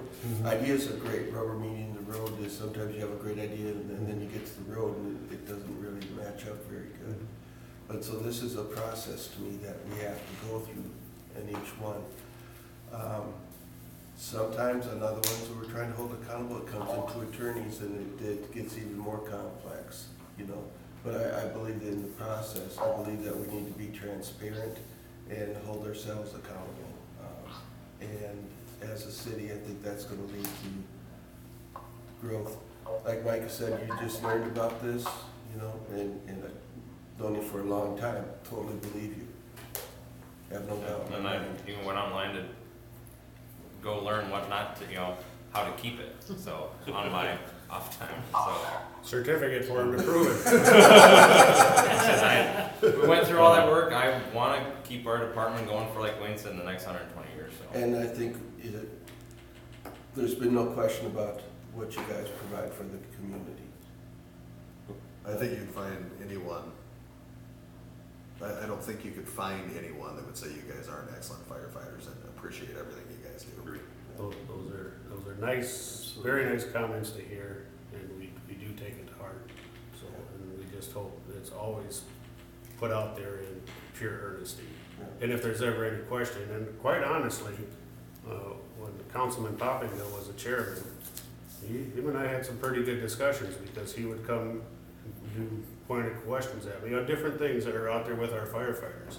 And if we don't know, it's just gonna fester. And we'll give Greg a pat on the back. He was always very good with that. So. What he thinks he says. Pardon me, but my babysitter's time is running up, so. Thank you, Mike. Thanks, Mike. Thank you. Thanks. As an update, I reloaded my browser, I have 18 people watching now. Thanks. So, Thanks for coming, Yeah. appreciate it. Before you go, Yeah. since you're kind of the financial guru, I had a question. What percentage of your budget is funded by the city of Lennox? I would have to go through and look at that. So I can Do you say, have a ballpark? we Wayne said want to be 75 we plus. want to be factual. And Yeah, I know the other night we got Yeah. into that conversation, and I'll wanna be sit down factual. when I get time and I'll let him know and he can send that out to you. Quite honestly, Chad, I wanted to provide you that answer tonight. No, I know. But we had the event north of town, and I spent 6 hours running the chainsaw. I did in my office, I did too, so I. So, and we were fortunate in our area. Yeah, very fortunate. Yeah, I'll try to get you. Yeah, and we just want to, because based off of the number of calls, I mean, to me, as a city council person that looks over everything for the city, if we're providing 75 or 80% of your budget from the municipality, but only 40% of the calls are coming out of the municipality, to me, that's not fair to our citizens and you guys that live here, I mean. Right. And that's why we want to kind of help you guys find some other funding sources, and Nathan is a great resource for grant writing and that kind of stuff, and he's more than happy to help you guys with some of the larger grants. Yeah. So, And we have discovered that in the past, like with our insurance with the rural trucks. 3 years ago, we discovered that the city had been paying all the insurance on the rural trucks. And they were only paying like $800. And the next year, and the rural board is set up by the county commissioners, and the rural board gets 4,480 something. And don't quote me on the money, but it's something like that twice a year. So the first year we did it, Arlen Hageda is our treasurer for that. When we gave him a bill for, I don't remember what it was, 30, it was a lot more. yeah. And then Arlen called me, so it's what's going on? And we said, we discovered that the city is paying the insurance on the rural equipment, and it's not fair. And he was totally understandable with it, very good with it, very good. And there's a fire pack program I hope you guys are a part of that's put on. Hey, you gotta go. I'm getting my second win, buddy. For the insurance, there is a fire pack program that's put on. I hope you guys are members of that because it is actually there's some benefits to be I had, think like, we do the fire pack. good, cause Yeah. they'll like cover your car if you're driving out to a Yeah. thing, I mean, it's a It way does. better program than a standard policy. It does, and Since we it's- talked about insurance. And that's perfect, and it's always up for review, which, Yeah. you know, we need to do to be, like you say, fiscally responsible, so. And I think, you know, we went through, in a rush, we went through the inventory back in December. Yeah. And I mean, received everything we could in that time frame from you, and that was very helpful to make sure we had as much information as we could on that document, because there was a lot of stuff, just missing Sure. from our inventory. Okay. So, we're very thankful for that. And since then, with the ISO, we've gone through all of our trucks, and it's not every single piece of equipment, Yeah. but we've done inventory, and we have our inventory sheets for all of our trucks, what is on that truck, because that's a requirement of our ISO. And you, I believe you understand the ISO. Unfortunately. But it's kind of one of those things that quantify Yeah. our community. Yes. Why are we spending money for a fire service? Or why don't we just not spend money and contract with a neighboring community?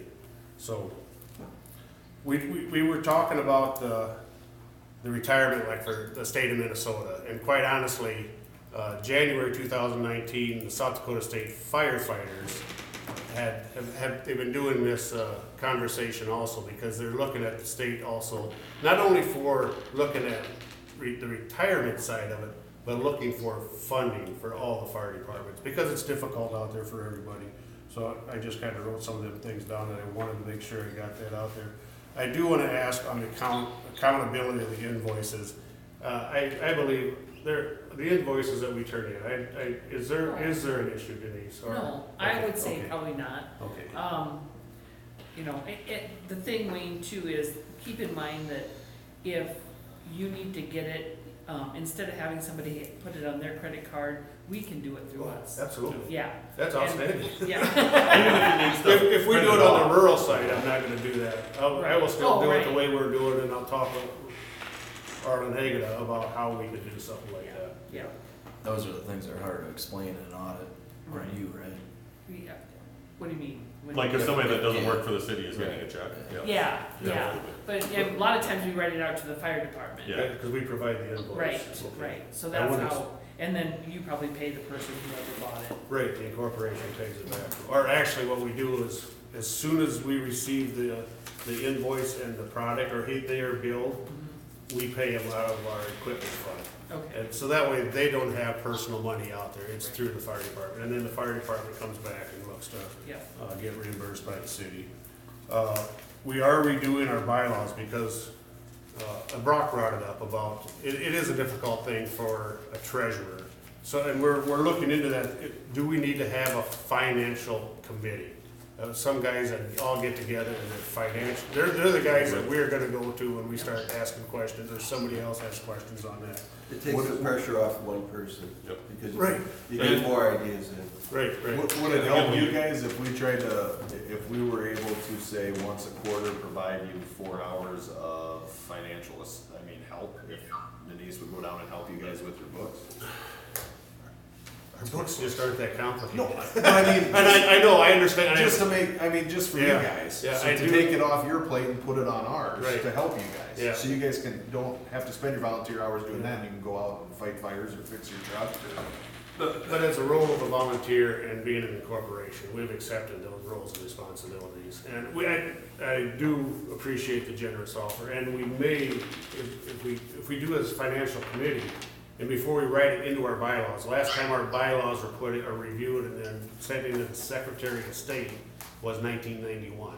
So we're up for review, and we are doing, it's been almost a 2-year process already, because it's our legal document, so. I think the important thing, if you're gonna do a finance committee or whatever else it might be that has oversight there, is just making sure you segregate those duties somehow. That, for example, whoever's working on your books is not necessarily the chair of the finance committee. That there's somebody else that has oversight there that isn't, that doesn't have just the oversight and the authority. Sure. For example, I may have the authority to spend money as a city administrator, Denise has the authority to check that spend. Oh, You know, absolutely. those kind of things. Yeah, yeah. And so we And you may will, want to have, you know, maybe somebody from one of your rural boards, from each of your rural boards, somebody from the city, you know, to make up that finance committee. okay, You yeah, know, that way then you've got a variety of everybody that's involved with what you're doing. yeah. Yeah, and that's what we're looking for, and that'll have to be a work in progress, so Yep. it's not gonna happen. Absolutely. Rome wasn't built Yep. in a day. Yep. So, and with that being said, we only operate under one rural board. Oh, But then we do operate, we work with the townships. And that's what I in, meant. in the past, we townships, have brought yep. the townships in, when we needed to do big purchases. And the last time it was, when our 1997 Freightliner in 2007, we were attempting to get it so that we could just keep that in the rotation every 10 years. So all of a sudden, instead of spending $500,000 for a pumper engine, the value of that 1997, it was only 10 years old, was a lot better. And now it's another 11 years old after that, so the value of that has gone down. And you guys have seen that with our 82 International. Quite honestly, I thought when we put a salvage price around that $10,000 mark, and if we would've got anywhere between 7 and 10, so I thought it would've been gone. And We're hoping to recoup the $1,200 storage fee. so, That's true.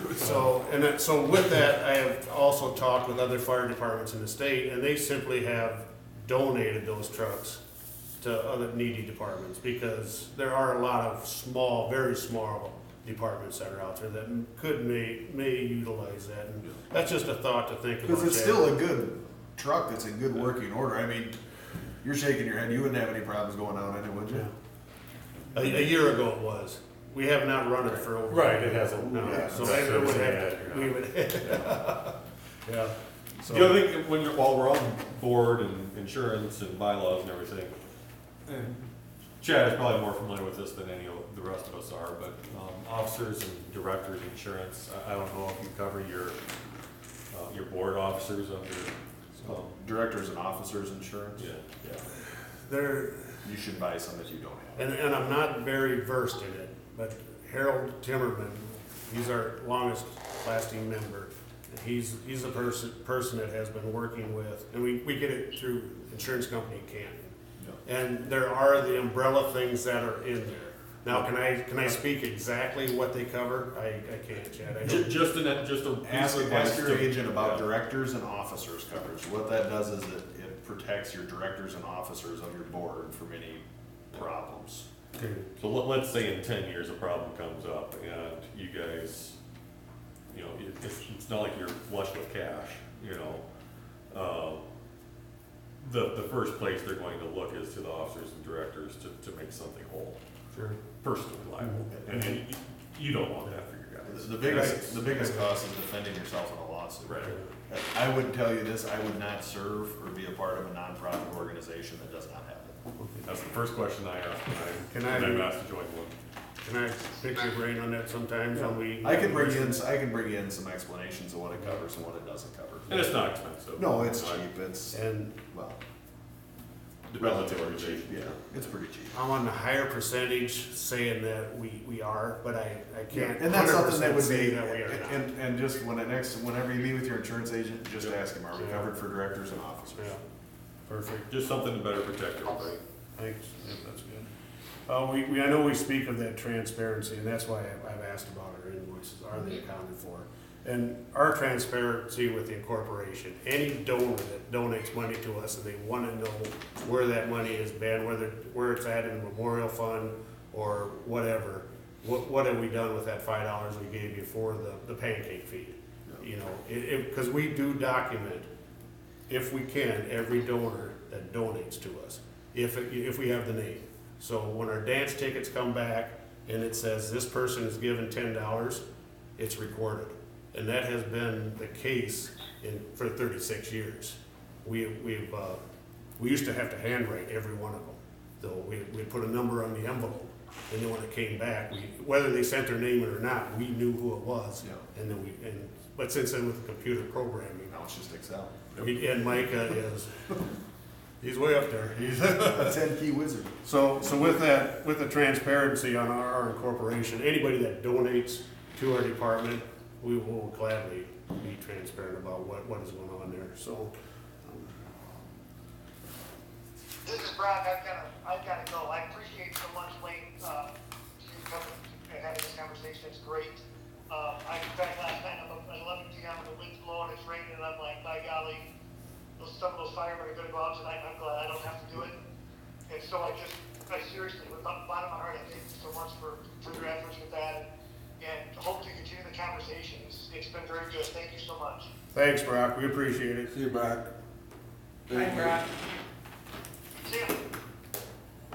So, and I know in the second letter, Nate, and I used to be so much better in research on different things, but I know you quoted in there with the International Association of Fire Chiefs, a statement about the internal audit. Yeah. And I do know one of our members went back and found that article, and he definitely, because there's a whole budget list in there. No, that's a They were lot of showing stuff fire in there. departments, and I'm not saying we're swinging for that home run because we want to triple our budget, but we're looking at their, and they did the line item thing. And past practices, we have not.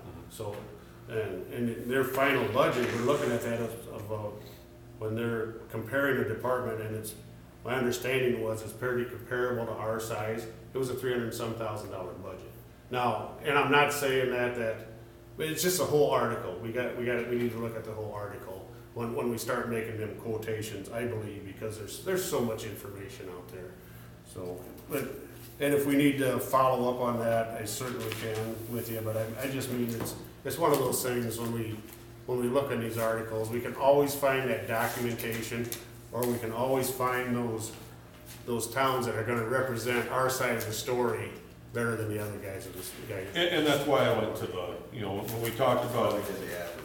yeah. Sure. The first time we did that average, we didn't take all of the Class 2 municipalities. And even on the one I ran with all of the Class 2 municipalities, there are some that I pulled out. The ones that were abnormally high or abnormally low, ones that I think probably belong to the fire district, those don't belong in that analysis, so. Yeah. And pulling them out actually pulled the average up by, I wanna say, $3 or something, so. Or, yeah, On the high and low end? Moved it up. it moved it up, yeah. No, I meant you pulled the outliers, what I call. Right, pulling the outliers, Which are on the high improve, end and the low end. yes, yeah. I'm guessing they were really low, so. Oh, some of them were like $5,000 a year. Which I again, some of them weren't even clear that it was fire related. It said, Public safety. yeah, public safety related or like educational. So like fire prevention week kind of stuff. Sure. So, those little ones I didn't think really belonged in there, so. Okay. And when you mentioned that, we just spoke with the ISO guys, since I just quickly wrote myself down the alphabet ISO. That was one of the things he asked us, do we have our public educators? Do we have code enforcement officers for the fire codes? Do we have certified fire investigators? Do we have certified fire inspectors? So the ISO really looks at that, but with that being said, as a volunteer organization, how do you put people into all those functions? So I know I've got some of my younger guys saying, we should be spending our time on more fruitful things that we need to get done in the fire station. This is very difficult, there's no doubt about it, but I do believe in the long run, this is gonna benefit, it's gonna be fruitful for the city, it will be beneficial. I'm into that second letter, and this is the one where I had 12 pages of different things written down. We have covered so much of it just by this general discussion, and so if you just give me a moment, I just want to kind of go through and make sure that I'm not seeing any oversight that we have not covered.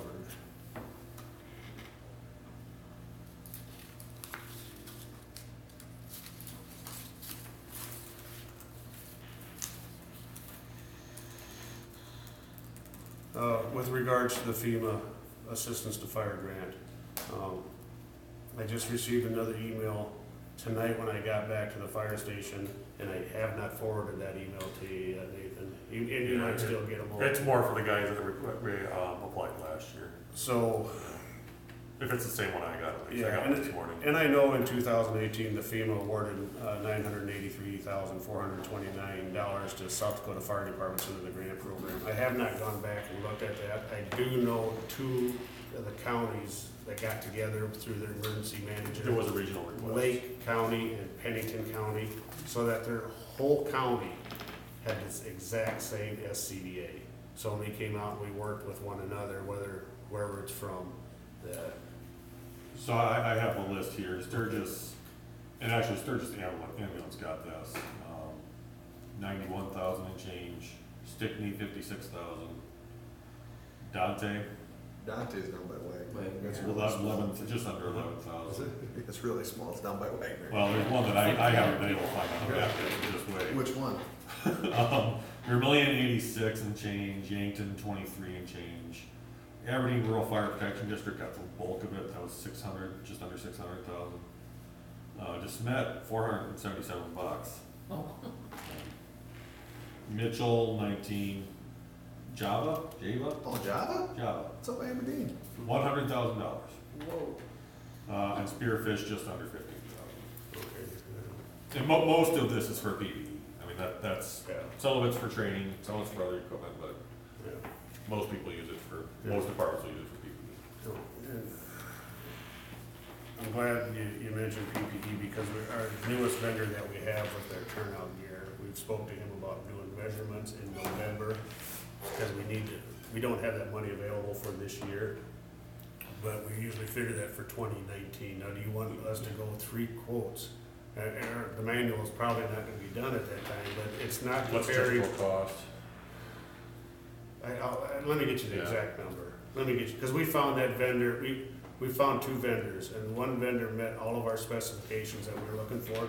We found a vendor that's in Spirit Lake, Iowa, that is the same stuff and more reasonable. Let me ask Denise, maybe this is the issue, is it depreciated or not? Would we depreciate equipment like that? And maybe we have to look at the IRS guidelines on I it. was gonna say, with depreciation, I think you have to set an amount. You set a life on it. Right. Yeah. Well, an amount, so like, if you say an item is worth $5,000 and you wanna depreciate it, so then are you going to collect, all of those, so if you have 25 people and it costs $5,000 a piece, we're looking at, whatever, $12,500 or whatever. So then, is that, can you depreciate that all over a lifetime of, are they worth 5 years? And then you need to replace them, or, And so it depends on if you're gonna, same way with computer equipment, a lot of times, if you're gonna buy a lab, you're gonna depreciate it out, because you're gonna have probably 25 different computers and they're gonna cost. But if you're only buying one for the finance officer and it costs $1,000, I wouldn't depreciate that.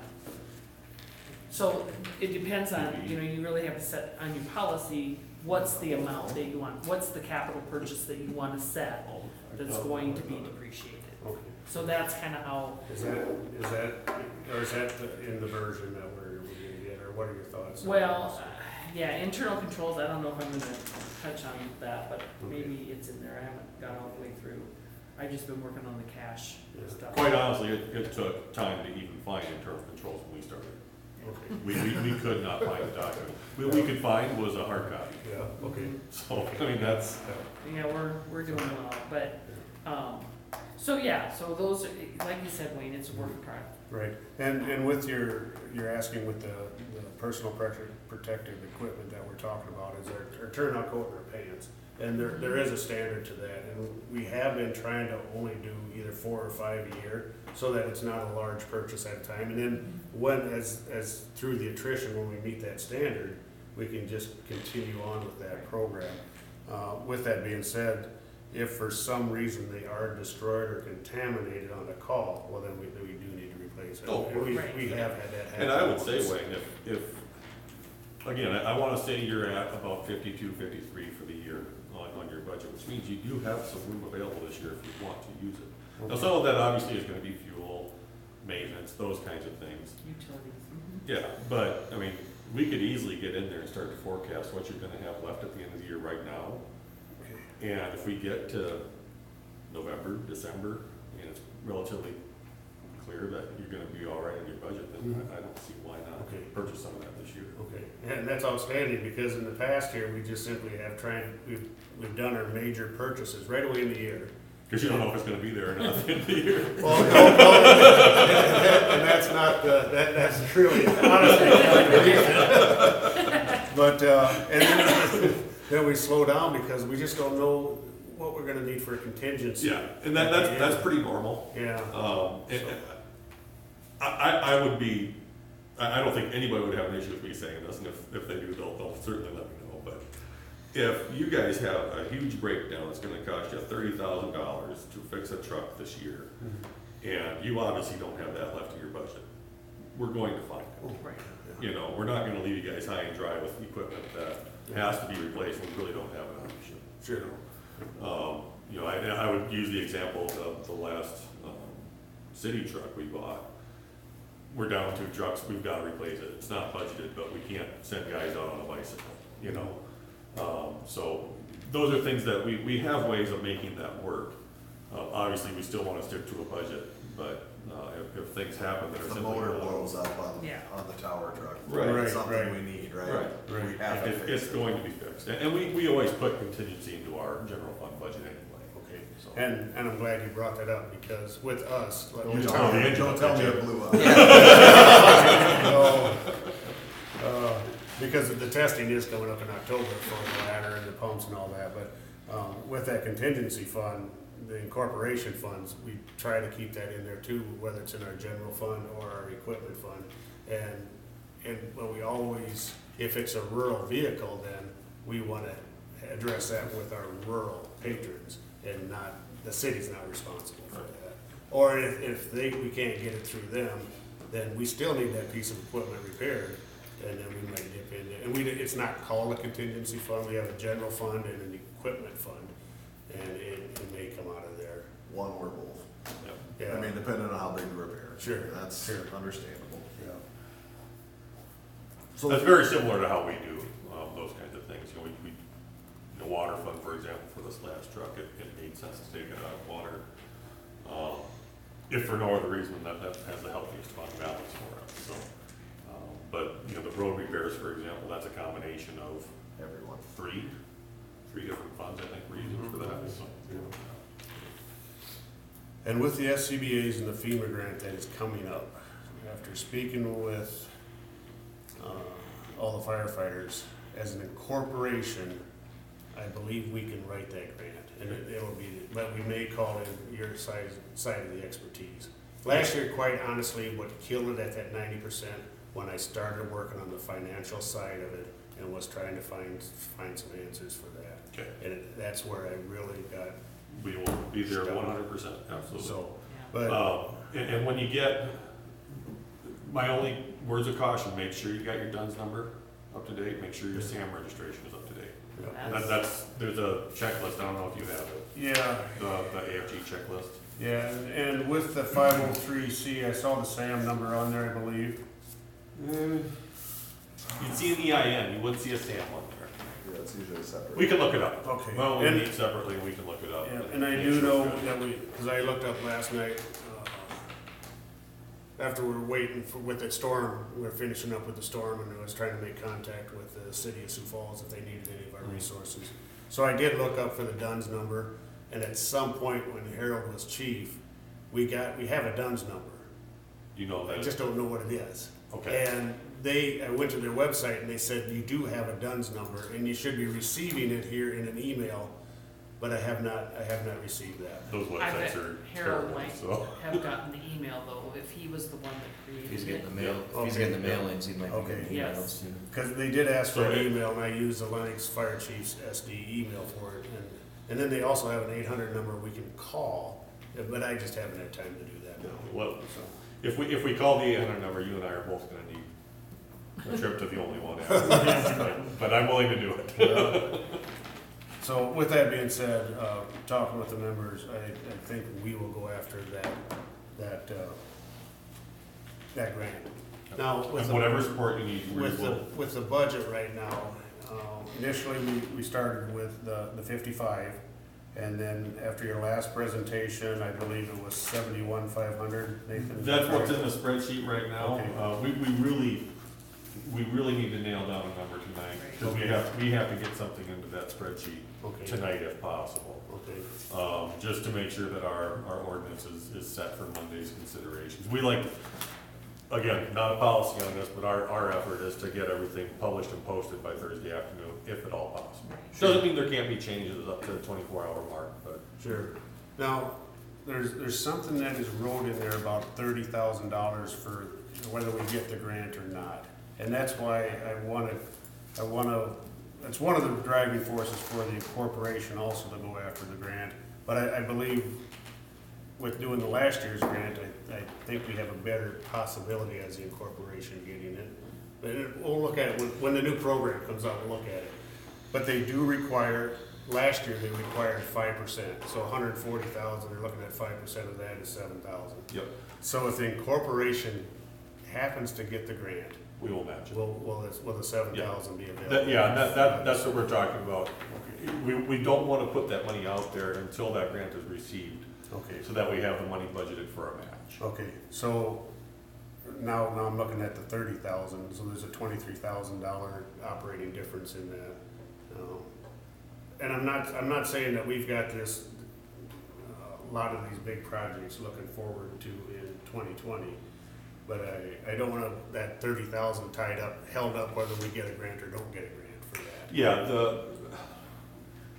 I think that I'll leave it to the council in terms of when that money is released. We have to decide, are we going to require an audit, are we going to require a financial statement? Those kinds of things. And that's something for discussion at a council meeting, whether it's the resolution or the ordinance. The $7,000, or the 23, I guess I would say, let's make sure what that amount is for the grant.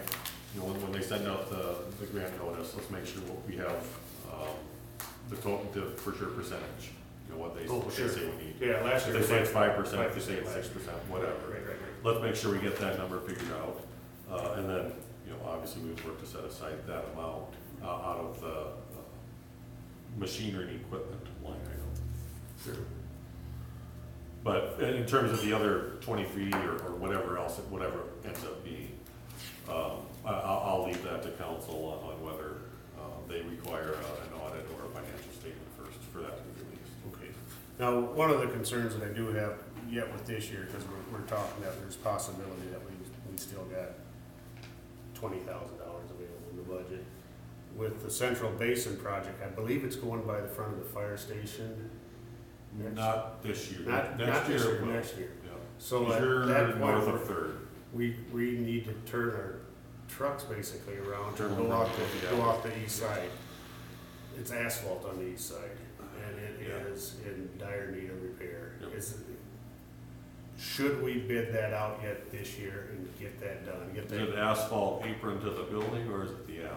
it's the apron from the alley drainage, to from the concrete drainage that's in the center of the alley to the building is all asphalt. A concrete alley? The center of it is where the water runs. Oh, okay, I see. The valley, The gutter the thing. valley apron. Got So it. you don't even have like a 2-foot or 4-foot concrete coming out from the building? No. It's all asphalt? It- Maybe 6 inches or. Okay. Past the That's door. something our Yeah, guys can do. yeah. How thick is the mat? What? How thick is the asphalt mat, do you think? Oh, I don't know. 6, 8, 10? That I don't, I know we can see where the tires go. 8, 10, Right. I would go 8, 10, you're dreaming. So- Well, as a, it could be 8, it could be 2, we really don't know. And I was hoping somebody would know, but, Yeah. you know, on one of our industrial roads, for example, 2-inch, that's just, that's not even, vehicle traffic, like car traffic. So, I think, you know, let's keep an eye on it. I can have Mitch take a look at what it's like right now. Yeah, let's. So we have to do the same thing with our parking lot at Public Works. That's all torn up from the spring too, so. So do you think it's something feasible yet this year that we should work on it? Because it's the valley apron is concrete, and then it's asphalt from there to the building. So, and Let's take a look at what you got in square footage here quick. Roads- My concern is dollar amount, and not because of whether we have it available or not, but because if we have to bid it out, and that takes months. It's We're gonna be in snowfall before it's done bid. It's gonna be July before they start it, the way it sounds anyway, right? Well, yeah, for Central Basin too, it would be, yeah. And just like, similar to what we're gonna be doing over at, Scott's, we'll maintain as much access as we possibly can on that street for as long as possible. The issue is always gonna be when they've gotta pull out I'm not sure what's in front of you there, but if there's water, sewer, and storm sewer, that's when it really becomes an issue. So during those times, that's when you really have to be going out the back, because we'll have a trench open. But, outside of that, I'd like, for Scott's, I think we're shooting for, it's nice having multiple driveways into that building and he can maneuver around. You don't have that capability with a fire truck in that building. You can't maneuver around. right, we can't turn around. Right. We can go out. You can go out the back. We can go out the east side, Yeah. except for the tower. We will need to find a place that has to house the tower. So, and I've kind of already, and no official business by any means, spoke with Russ Nelson with the school. I know one of their buildings Yeah. is large enough that we could securely put the tower What is in. it, the park shop? So, It's- How tall is it? That's got a huge garage door. Yeah, it does. yes. That might work. And we need to be real careful because, again, with Homeland Security and Access. emergency vehicles, they really want, That is locked access. The park shop but is, so to we only. could, Why don't only you the look at the firefighters. park Oh, shop, I see see. if it will work? So- I think if you look at it, see if it will work, So, that'll be the first thing, to see if it meets all the criteria. yeah, Space is one thing, yeah. I'd offer my, detached garage, but didn't have you want a new garage door? the, yes, I do. The wheels wouldn't fit in it, so. So, and that's just something that we'll need to address next year. And I would, it does need to be into a secured building where it's only the firefighters have access to, Well, the because school would have access to that though, right? it depends on over the time frame when they do this. And I'd have to speak with Russ on that, just for that specific portion of that building. So, That's a requirement that only, I'm not saying it's a requirement, but it's definitely one of the concerns with Homeland Security. I'm just, it's similar to Oh, no, like our no, no, wastewater yeah. plant, they And I'm glad you don't do, want yeah, anybody I to really have. am, I really am, so. because I just wanna find a solution that works, Right, keep it in right. service. Right. Is this the area where we're talking about here, Wayne? It's directly, I think this is the only one, this is the bank, so this is East. yeah, this little sliver here. yeah, and there's two overhead doors, and on the south end of it is the generator that we Yeah, you can received see it from there, yeah. emergency management, which we do need to build a better barrier around. Right now, we've got an old Jersey barrier that sits there and it's busted up kinda, and Have you ever looked at monster blocks for that? I guess I have it, They're, I don't- landscaping blocks that are Yeah, about as big as this. They're big. yeah. We Aesthetic- might be able yeah, to take it's care of that possible. with our own public works staff.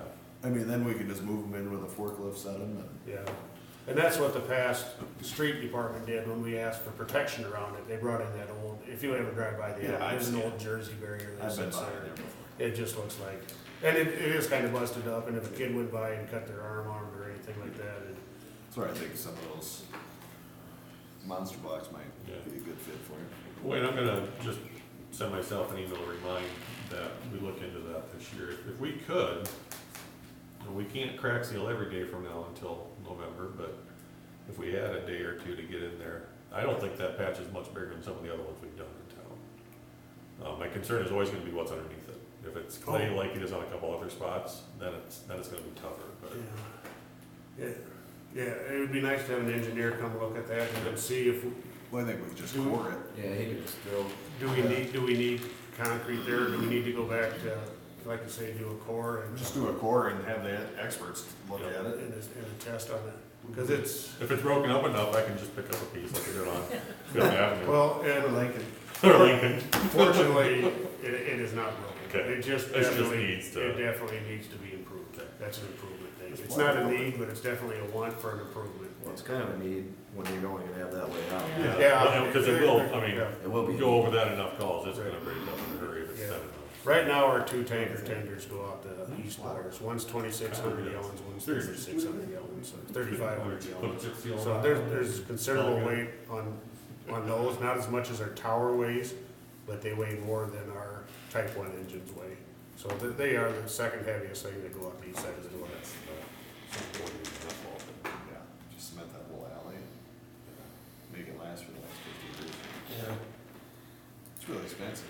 And, Well, it'll last though, Then you and only have to do it that once. equipment is heavy, Yeah. so. Cool, it's all over. We're just talking about, cement versus, Versus asphalt. sure. If we cut it out and just poured a cement, cement alleyway for you, that way, we always have it, cause then it'll last for 20, 25 years. Sure, yeah. And I know in the past, they did it on the west side, Yeah. the concrete, Yeah. and it's lasted a long, it is starting to deteriorate some, but it has lasted But it's way- amazingly long. Way better. So, I'm surprised. Better than juniper. So, and I know we've hashed out the first letter being released on media, and I still feel on my side, I gave the permission for them to do that.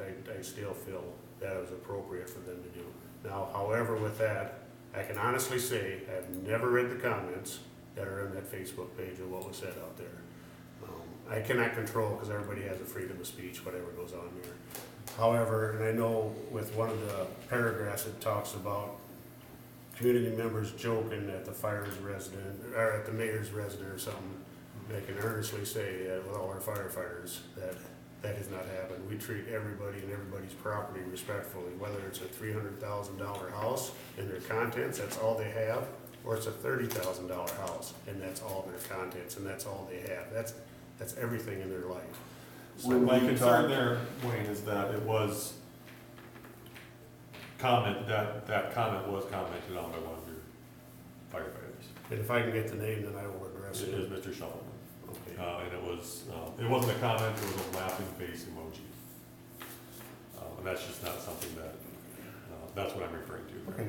And I think that's where, for me, where I got upset about it getting released. I don't care that the public knows what we wrote you, what Nate wrote you. I mean, I think he pretty well stands behind it. Sure. The problem I had was whenever I started seeing that stuff and just personal attacks on people and city employees' families whenever they try to bring in a different perspective. Sure. And people telling them to shut their mouth and stay in Worthing.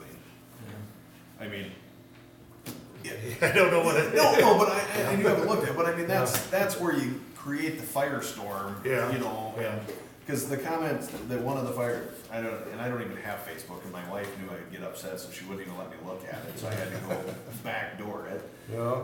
But just the things, just trying to make this go viral was a comment that somebody put out there. Well, and that's not what we want. I mean, Right. We just wanna have a conversation like we're having right now, and that's why if somebody just would've picked up the phone and said, hey, what's going on over there? We could've sat down and addressed it instead of blasting it out on I hate social media, that's why I don't have Facebook. Well, I don't either. I do like social media when it's available to put out, because it is a sign of the times. If you put out a factual document out there, we have no control on the freedom of speech and what other people start writing on there.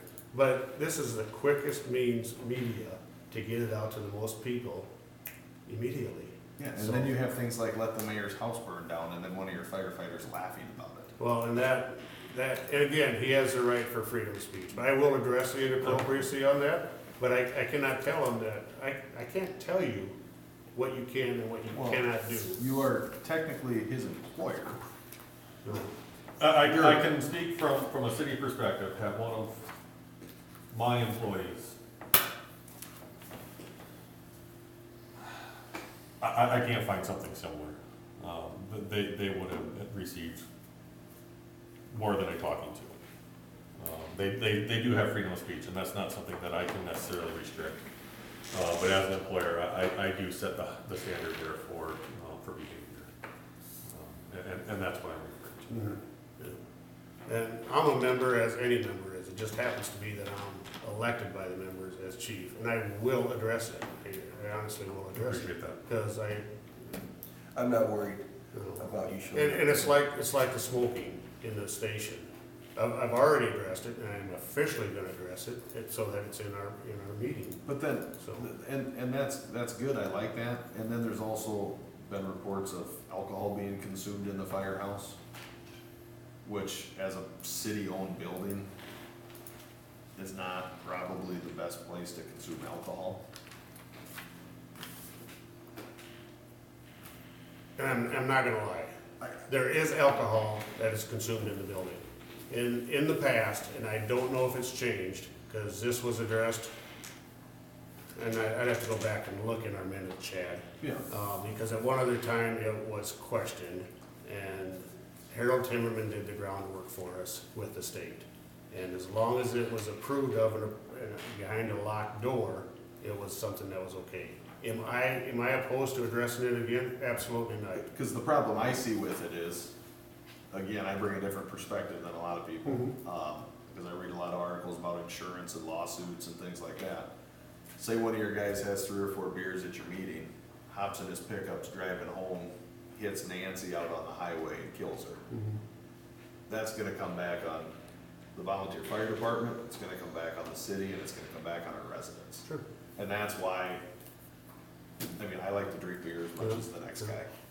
But I would rather that in a city building, if we're funding your entity, helping fund your entity, that alcohol not be consumed in that building. Sure. And I invite you, the fourth Tuesday, our meeting is at 8 o'clock, and I invite the city council, or somebody, the member, maybe it's the police fire ambulance committee, to Yeah. come down and address that. Again, as I've stated, I'm one of the national instructors for the National Fallen Firefighters Foundation. Yeah. And part of that program is that I'm instructed is courage to be safe and courage to change. Yeah. And we are not reluctant to that courage to be changed. It's been addressed to me, I'd have to go back and look, probably 12 years ago by a past city councilman who was he was the chairman of the police fire ambulance. And I says, I'm in agreement with you, but you have to come down to our meeting and you have to talk to our members and you have to explain the city side to it, and then you have to enforce it. Yeah, and that's just, and how do we enforce it? You know, how do we as a city, you know, you told us to come, it's everyone's building, come down and enforce the no smoking, come down and enforce these things. How are we as a city supposed to enforce those things? The doors are locked. Come down, you see a vehicle there, come knock on the door. It's still a public building. As long as we have a firefighter in there and that building is secured, I'm okay with that. Okay.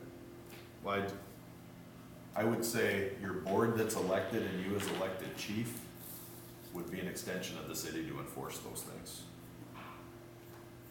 I mean, you were put in a position of leadership on those things in that department, in my opinion.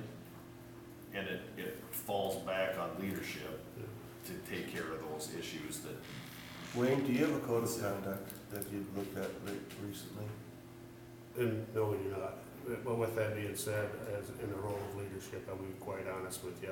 I made a motion for the alcohol to leave the building and it did not pass on due to lack of a second. Well, that's where.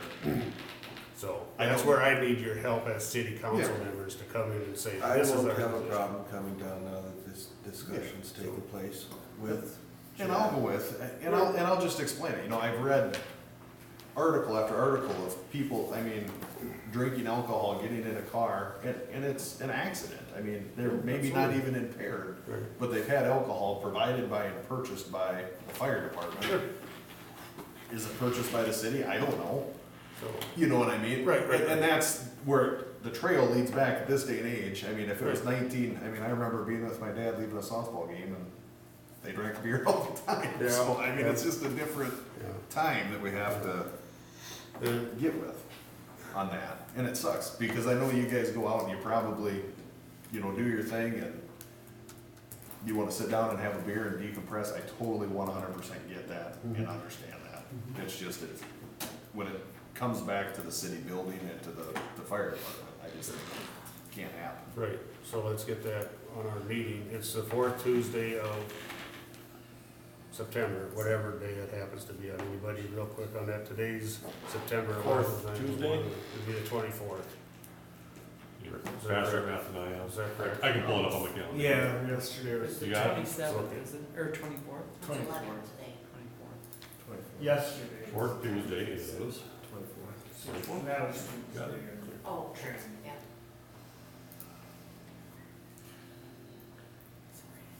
No, it's not ready.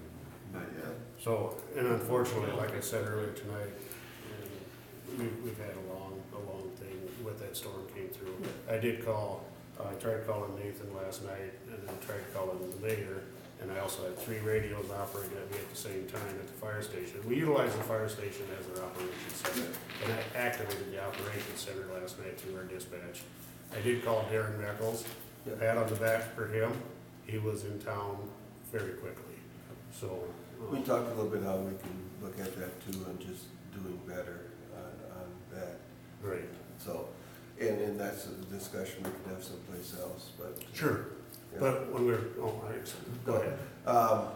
Just, there's become clear to me as I've been in the position of mayor that doing better is something that's easy to say, hard to do sometimes, but it just takes digging in and getting the work done.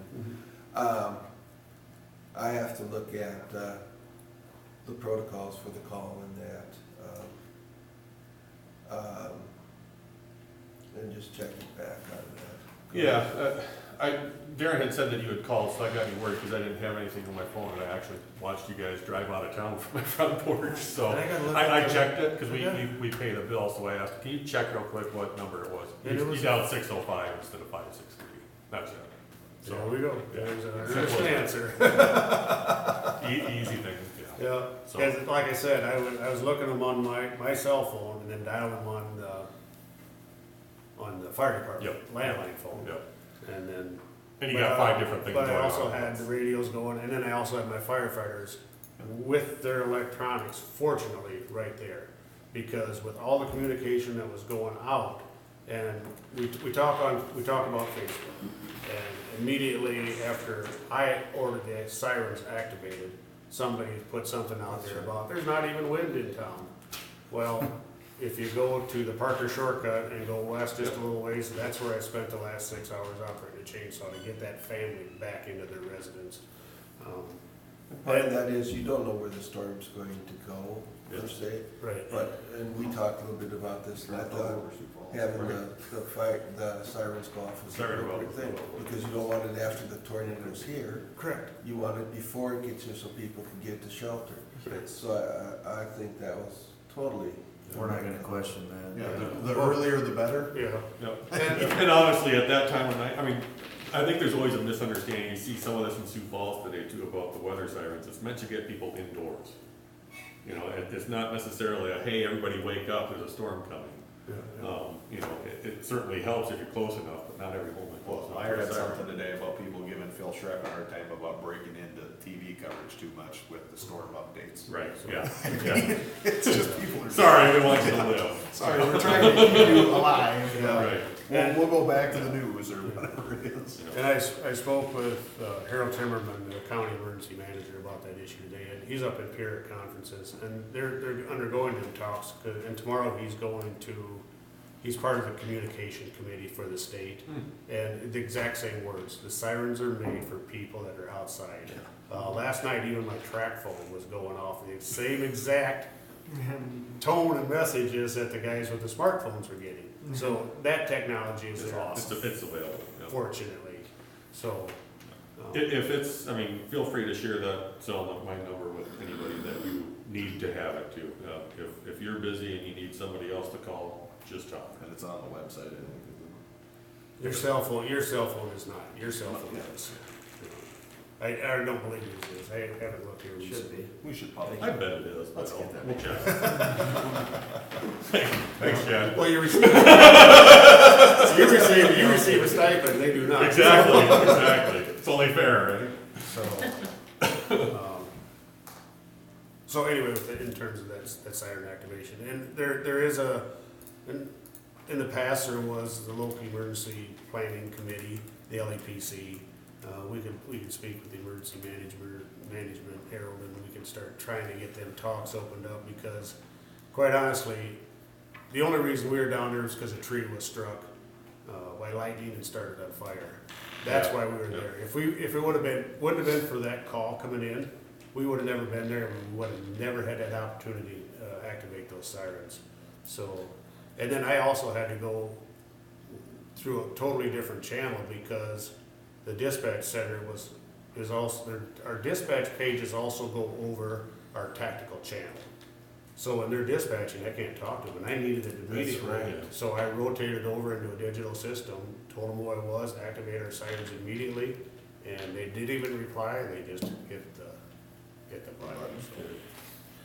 So, My cell phone is not on the website, but we will have Evelyn add it. Yes. It is on all my cards and everything, so Yeah. it's already available. I think it's readily available. Yes, yes. So, I really believe we've covered the two letters in a nice, earnest conversation, even though my tone, I do fluctuate a lot. And sometimes I lose my voice. I get that, for whatever reason, I get something in there. I don't know why I have not lost it yet tonight.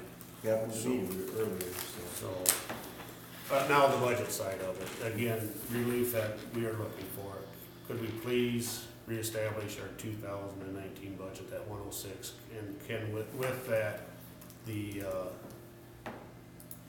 diesel, the exhaust system, no matter which avenue we go, and we will explore the different avenues. The one vendor I had was 34,000. There are other options that you can have. You can put them right on the diesel trucks themselves. If we do that option, then we do need to get the rural board involved in it also. Or if we do the option for the station, can I go after, should we work with the rural side to try to get some of that funding? Because our rural neighbor trucks are also in that building. It's a city building. so how many trucks do you have in there? How many diesel trucks?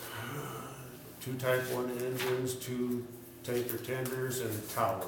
So it's Five. 5. And then there's How many one- are city owned There are 2 city-owned, diesel trucks? yes. Okay, so we own 40%, so I mean, in my easy calculation, we would be responsible for 40% of that 34,000. I would definitely need help trying to pursue the other side of it. There's no doubt about it. I just want to keep our firefighters healthy. As do we, I mean, I wish we had like a, something where we could just say, here you go, here's whatever you need, but Yeah. unfortunately. Yeah. Part of my thought, it's just when I heard about, Worthing going out, twice a year, they start to engage, and what I wanna give them is a clear picture of where the money comes from, and if, figure out, it'll probably take a conversation like this with each township, to be honest with you, but, making it fair so they pull out their weight too on the total picture. Problem is, I don't know the total picture. I really don't know. There's a lot of questions I have that aren't answered that to me need to be. I get, as mayor, I gotta speak for the people of Lennox, and I honestly think the burden that Lennox spoken, the Samaritans are not, that the burden on that, and especially the ambulance, really clearly the ambulance, is that the citizens here are pulling all the tax dollars for that and funding it. And I wanna see that we get the message out and come to an agreement about fair payment, just fair payment. Sure. You're not looking to make a lot of money, we're not looking to make money, we'd like to break even. Part of that on the stuff, and when I was asking you about the hoses and stuff, it just, you floored me when you said some of those hoses, how long you've had them. And I go like, geez, that makes it hard to prorate it stuff out, because you take good care of your stuff. But on that, the transparency and stuff, I wanna go to them and say, this is what we need. Looking at replacement, sometime that truck, giving you guys, it might be 200 years from now, the way you take care of stuff, but sometime that truck's gotta be replaced, other trucks have to be replaced, And we're looking at that in the city, and I thought we had a start, and then I came back in and what I thought was a start on just replacing equipment is to start looking at how we replace it when, and I want to be able to go out to the people and talk to them. The building is going to need updates. Sometime, point in time, that building is not going to be functional. And we'll need to look at that. So we start to look at it now instead of like, well, let's say a swimming pool, where it's gone and it's shot. And so now we got to ask the community, do you want it? And we got to take out a loan for it. Road repair, all that stuff to me, it all falls under the same type of category. How are we gonna approach this? When are we gonna pay it off? Or how are we going to pay for it? Who's gonna pay what? And start having those agreements. The contract, it's on there. So a lot of that stuff comes into question to me. And thing is, I should have thought of this years ago. You know, And that kind of stuff is kind of when Nate was hired, what we tasked him with was, yeah. obviously how we're doing things currently are not working.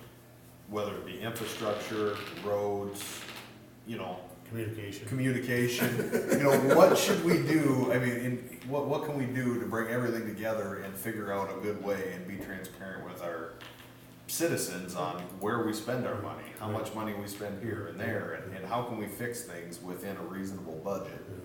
You know, because we can't just keep borrowing money. I mean, that just doesn't work, you know? Right. I mean, and I think the fire department, and I don't know if it's factual or not, but in my guess, I think the fire department probably has besides buildings, probably has our second largest single asset that the city of Lennox has with the Tower fire truck. Yeah. I mean, the next one would be the mechanical wastewater plant. And the purchase of the tower was, if I remember right, $748,000. Yeah. And we're looking at that probably being a 35-year truck unless something unforeseen happens. And then when we have to buy one then, it'll probably be 1.5 million. I think they're 1.2 something right now. Chad. We are very fortunate with the elected officials in Yes. the entire city in 2006. The economy was good. Yeah. And Pierce worked with us so well with the funding package. We were very fortunate to get that. So. And wasn't there, if I remember correctly, when the discussion was had about the big tower truck, wasn't there a big fire right across the street from the city hall meeting on the corner? It was, yeah. Where they brought in like a similar type truck to put it out? Because it was a sister truck to it. I was on the committee, and I was the chairman of the committee for putting that truck together for the city of Sioux Falls, and that was a Pierce. And that was the truck that was out there that they brought down. But like the day it was discussed, there was the biggest probably I fire. believe the day they were signing the contract. Is that what it was? The hardware store, right? It was a hardware store, yeah. And I know, I've had our firefighters bring comments to us, because we do go assist, like Chancellor, and the last fire that happened at the Poet plant, it was because of that truck that it was safely put out. See, sorry, I don't mean to interrupt you, but that's one of the things that I wanted to talk about is like Poet has an insurance policy that says we have X amount of dollars for any fire department that response. So sending them a bill, or, you know, they have it built into their policies. Pretty much, I pulled the ISO forms. So every, ISO policy that goes out, which is what they're all based off, they have a minimum of $1,000. A lot of them have increased limits for fire calls. So like, on that deal, if 3 fire departments showed up, you have the big truck, I would assume you would get the majority of the payout. That their insurance companies are giving fire departments to show up and put the fires out. And that's the same thing with the homeowners policies. I mean, there's money available on, I would assume, every homeowners policy, at least every one I would ever write, has it, that says, well, for every fire call, we'll give you $500 for showing up and put, I mean, that's just easy, I shouldn't say it this way, but easy pickings of additional revenue to pick up some of the shortfalls of sending the bill, an invoice to them and saying, hey, we came out to Poet to put out your fire, we need $7,500. So give me some thoughts here when we are using the city tower. That belongs to the city. That should be billed from the city to them. No, it would be No, billed From your corporation. Yeah, Because it's your corporation that essentially leases the truck from the city. Then what would we do with that money when we get that? What are your thoughts? Would it be, You would could we- use it to put towards, Your exhaust, diesel. you could use it for equipment. I mean, would it have to come back To the city? to the city? No, you can put it right into your equipment fund and buy that stuff. So question. I'd prefer to never have to deal with insurance claims, period. right. Question.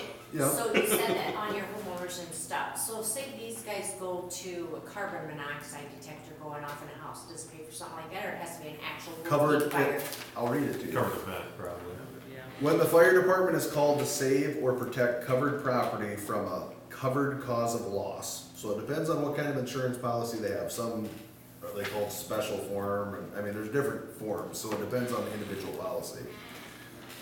We will pay up to $1,000 for service at each premises described in the declarations, unless a higher limit is shown in the declarations. Such limit is the most we will pay regardless of the number of responding fire departments or fire units, and regardless of the number or type of services performed. So it has to be a loss, so it No, would be a it flood. has to be a covered cause of loss, protecting against a covered cause of loss. So if you've got an alarm going off, one could reasonably assume. Today, when the fire department responded for a wind storm, wind is a covered cause of loss. Is that not an act of God though? It's wind, Doesn't it's just a covered. Because that's in some of the policies too. Yeah, act but of God. this one specifically, and I just pulled one, I didn't pull Right. many, it just covered cause of loss. Well, wind is a covered cause of loss, and you're out there trying to help them get into there and protect the assets, you know, because the roof's blowing off. Your guys are there helping them get in there to get ready, so to me, that means, under this policy, if you send them a bill, it would be reimbursed by their insurance company.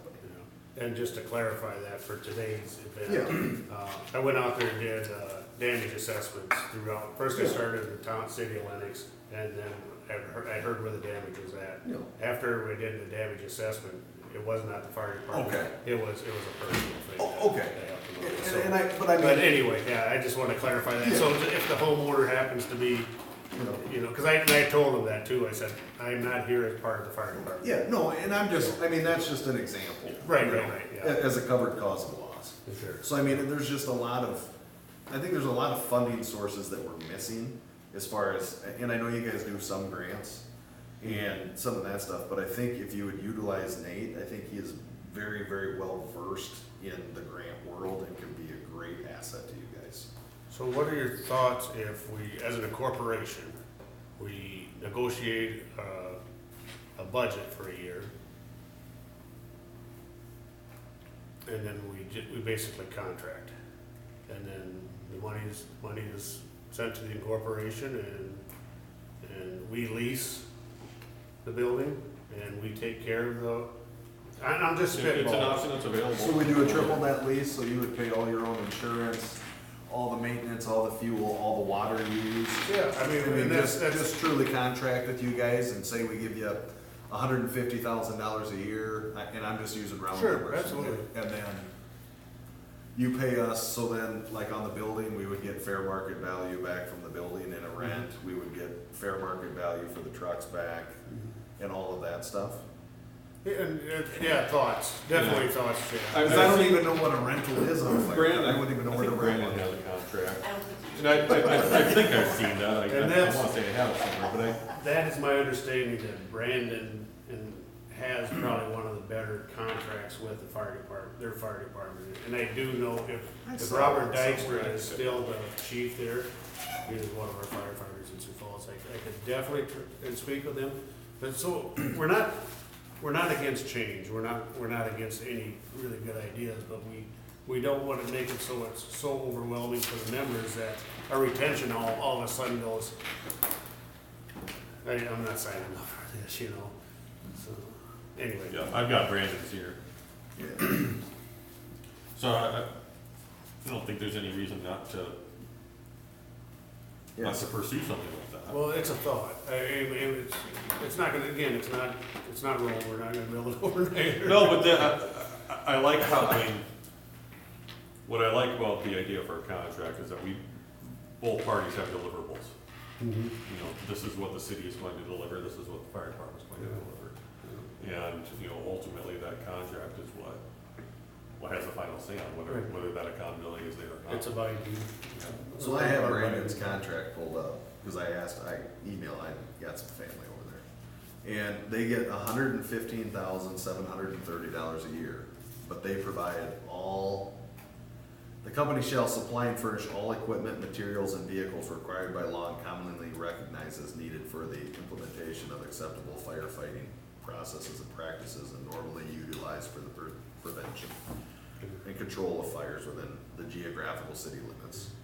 At least one pumper unit will remain in the city at all times. The company shall supply and furnish all equipment, material, vehicles required by law and commonly recognized as the need for the implementation of acceptable first responders procedures and practices. So we would have to work on that a little bit because the city owns a couple of the trucks. And as clarification, are you looking at section 5 there? 7, So, apparatus. I went to the amount. Oh, yeah. Yeah, so they had, it looks to me like they have an amount in there for a capital, purchase. Oh, yeah, to buy some additional vehicles and equipment. Yeah. And I don't know what that was for, but I think that's, when I look back at their past years, Buy a truck. it fluctuates quite a bit based on their.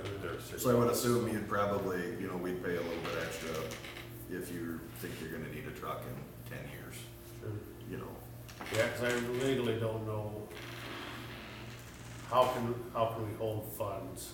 How long can the city, I know at one time we had a building fund, there's 82,000 and I believe $500 in there 2 years ago, and then all of a sudden, it was removed for whatever the dynamics were. And that was a different council. Right, but, my question is, how long can we start a fund, like the building fund was, and legally hold it? As On a the city side, on 5 city years. council. I think. Well, I think a fund can be funded in perpetuity, You have to renew it every 5 years though? like as it authorizes. Yep. That's possible, I don't know. We I do think some- one, I think some. I thought of the one, purposes- I thought, yeah, Because I'm not Yeah, saying. it's we're- more about how you restrict the use of that fund. Right. You know, so like, second penny, for example, there are only specific purposes that legally we can use that fund for.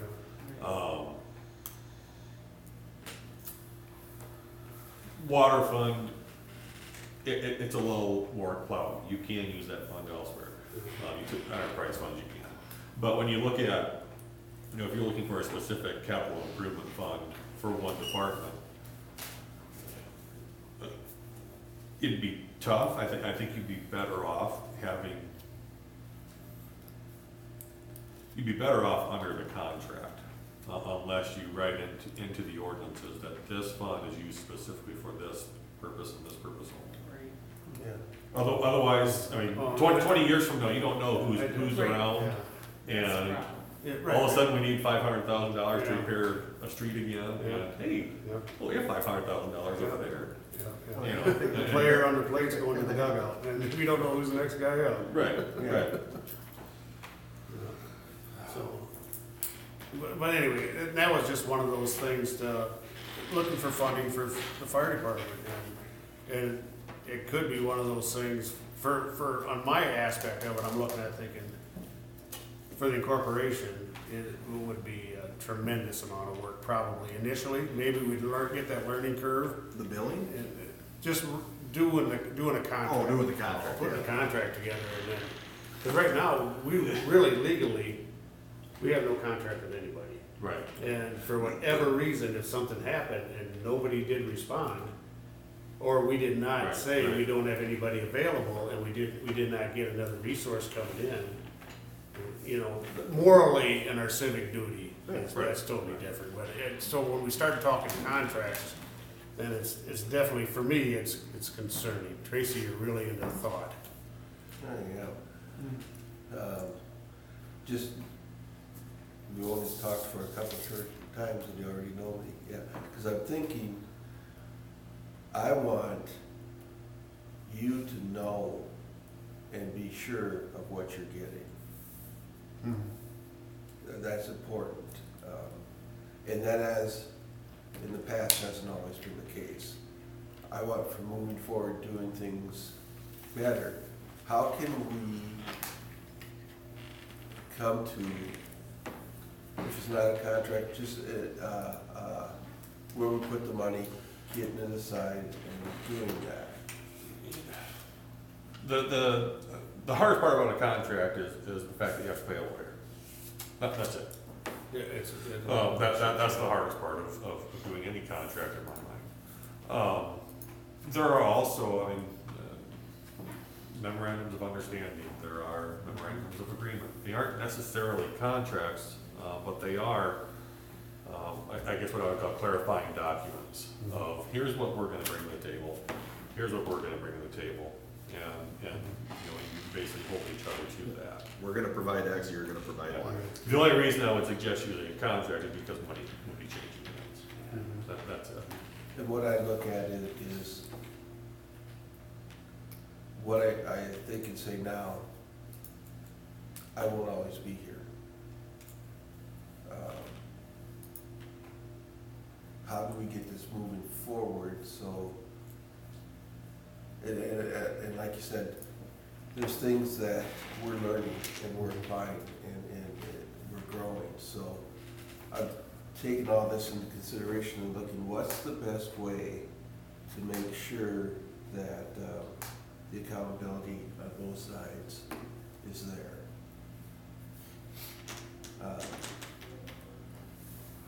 And also trust is always there. You know, and like you said, the gentleman's handshake and agreements are getting harder and harder in these days. It's the world we live in. So that's what I'm thinking. I'm really trying to process this in my head, how to get there. I know clearly from everywhere in the city, when we're looking at it, to get that future planning and to set down the building blocks so that we all understand and move forward. Replacement costs, looking at contingencies that can come up that are reasonable to do. All that factors in, and to get a good understanding. And this is part of what I'm looking at, and maybe it was the wrong approach, but looking at all the class twos, looking at how that goes, because everything's so different. So how do we get to a point where, first of all, I know you know a lot more about what's needed to keep things safe in the city. There's not a question in my mind. Takes a whole. Yeah, and when I look at you, I guess I'm thinking, because you've corrected me several times, and I continue to do that, but the expertise that's in the fire department. So that's my hard part, is on being a good steward, being a good civil servant, and looking at things hard across the board, and coming up with what's right. Now, the 106,000 and where we're at, and that's going to take some bridging to me. Okay, and it's not just me; it's going to be the whole council that has to come to this. It would, speaking from an administrative standpoint, it would take a lot to get us to 106. Getting to, as I said previously, we have it at 71.5 in the spreadsheet right now, and in the draft ordinance. That's not a budget that's set yet. That can go up, it can go down. But getting to that point would be a heavy lift. I think to get to 71.5, we came up with another 16.5.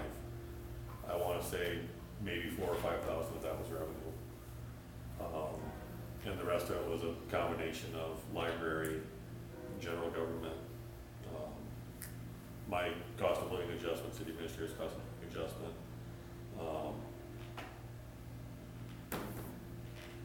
Finance, I think, had 1,000. So it was a combination of things to get us to that point. And looking at where it is right now, I just don't know how we would get there. And part of that has to do with how we structured our revenue last year.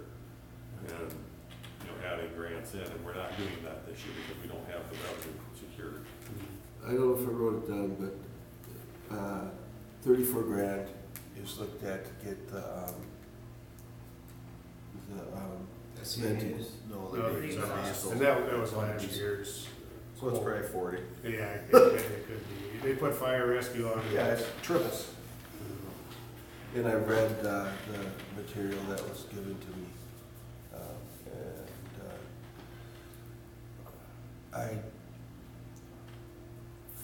It's important to keep our people safe that are going out there. And that would include, the needs going, like, he's gotta find the money. Well, And I don't think that was a frivolous or I think it was a genuine request, and I understand why it comes in. I really do. There's 6 people that need to come to the conclusion of that, and I can't speak for all of them. Yeah, it's something that we must have the budget certified by the end of the month. Or we get nothing, we get no No, revenue. right. Which puts us in a real role there. We have to have 5 days between meetings. The state law says 5 days between meetings. So, on our current schedule, if we change the budget substantially from what's been proposed so far, before, I would say, 7 o'clock on Sunday, we can do that. But it really should be done with official action, either at a committee level or at a council level. Now, if we have action at Monday's council meeting at the first reading, I would consider that a substantial change to the ordinance, because it changes the categories of where it comes out of. Absolutely. Which means we would have to go back and do a first reading, a new first reading on the ordinance. Okay, give us. We the could time. probably do that later in the week and still meet the 5-day standard. Yeah. But it That'd be really close. starts to compress things, because Right. the second meeting's on the 23rd. Yeah. Chad, what are you thinking? The number that was presented to the finance committee was 55. Excuse me, was presented to the finance committee, the council at the September 4 meeting was 55. Again, I was able to find 71.5, but it Wasn't easy. not easy. Can you make 55 work? we're already at the 52 or 3 something 53 now in something, right. September. I just don't believe so, Chad. Connor was brought up on that, to look at what we could get. That's why that email was brought up to you, looking at the 71.5. And that's what we have in Yeah. now. Currently, Yeah. Would, I'm just gonna throw this out there for consideration, whether it's a good idea or a bad idea, isn't really for me to say. If we were to use the state average for this year to come to this number, is that something that would be workable? What's the state average? I think I came to 29.11 after I removed all those. Removed the outliers. What was it? 29.11 per like resident. 60. Oh, If we use 55, 20 if we use 2,300 people, it comes to $66,593. The average is $29.11. That's Again, that's after removing outliers, but. yeah, and I don't have that crystal ball, and just by looking at our past budgets that we've worked with, except with the exclusion of last year, because we got pushed to that 48.8, but then the city council did step up because we were able to purchase that truck, which was gonna help us.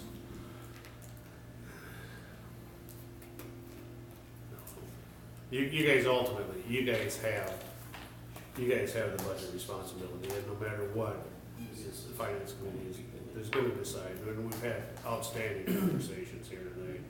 And I know everybody's getting tired, and like I said, I've been going for I'm about just- 28 hours, but I got my Yeah. second win, and I can go another 28 hours. No, I'm not tired, I'm just thinking. Yeah, What are I'm you tired. thinking? You said. Sorry, Denise, I mean, I'm sorry. I don't know. I'm not sure what to think, I guess, originally it was 55, then it was 71.5 was thrown out there, and And I didn't know if we were gonna be able to get to that number, but Nate said he could maybe make that work. I don't know if that's a good number or not. Yeah. When we do our research on our end and we look at T, and I forget what the number is, they have 50-some thousand or 60-some thousand. T was, and these are 2017 audited financial statements, so I don't have 18 or 19 actual budget or proposed budget. T was 48,269. And Beersford was, 38,500. I mean, and the 71.5, I'm not terribly comfortable presenting that because again, what was presented to the city Right. council on the 4th was 55, and really administratively, that's what we should go with at this point, because that's what was presented. I can get it to 71.5, we Right. demonstrated that, but to be fully compliant with what I feel would be consistent with our procedures and with rules of order, it should be at 55 of the ordinance.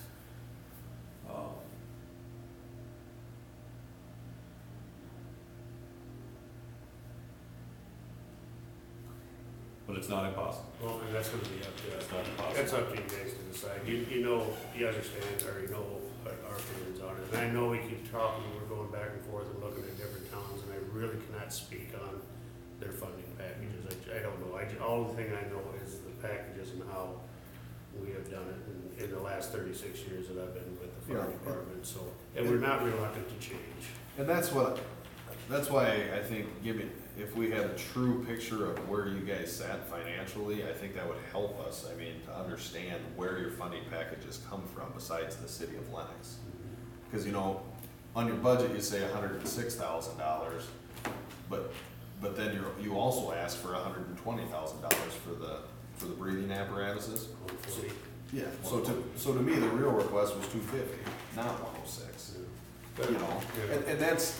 And I've had people ask me, now that this fire stuff's going on, well, I'm glad you guys are asking these questions because and I won't tell you who said it, but there's residents that I really feel like the residents of Lennox are treated sometimes kind of like the ATM for the fire department, because we pay all this money and then who else pays in, Who else pays for the support that they get from you guys? We have our rural board, Yeah. we have occasionally townships. Yeah. School, it depends. What makes up the rural board? The rural board is set by, the county commission. So the county gives us some money County too. commission, and with each fire area, because I don't wanna call it a district, because we are not a district. Yeah. For each fire. Coverage area. For each fire authority have a jurisdiction, it's a jurisdiction, then they give money to what's called the rural fire board.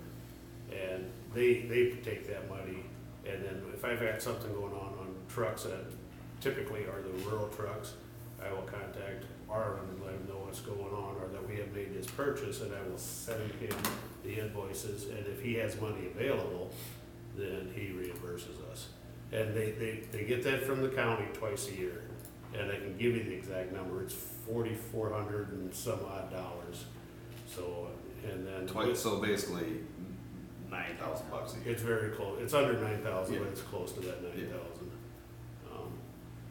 We do have our benefits that we have, and again, our retention and it basically is our recruitment and retention, and that's for the members, whether we're buying our white shirts or whether we're purchasing badges with them, and we can look back in the city budget, sometimes the city purchases badges, sometimes we purchase the badges, our jackets, our meals, Yeah. those type of things. So that all comes from like the fire dance and the pancake And the feed. pancake side, yep.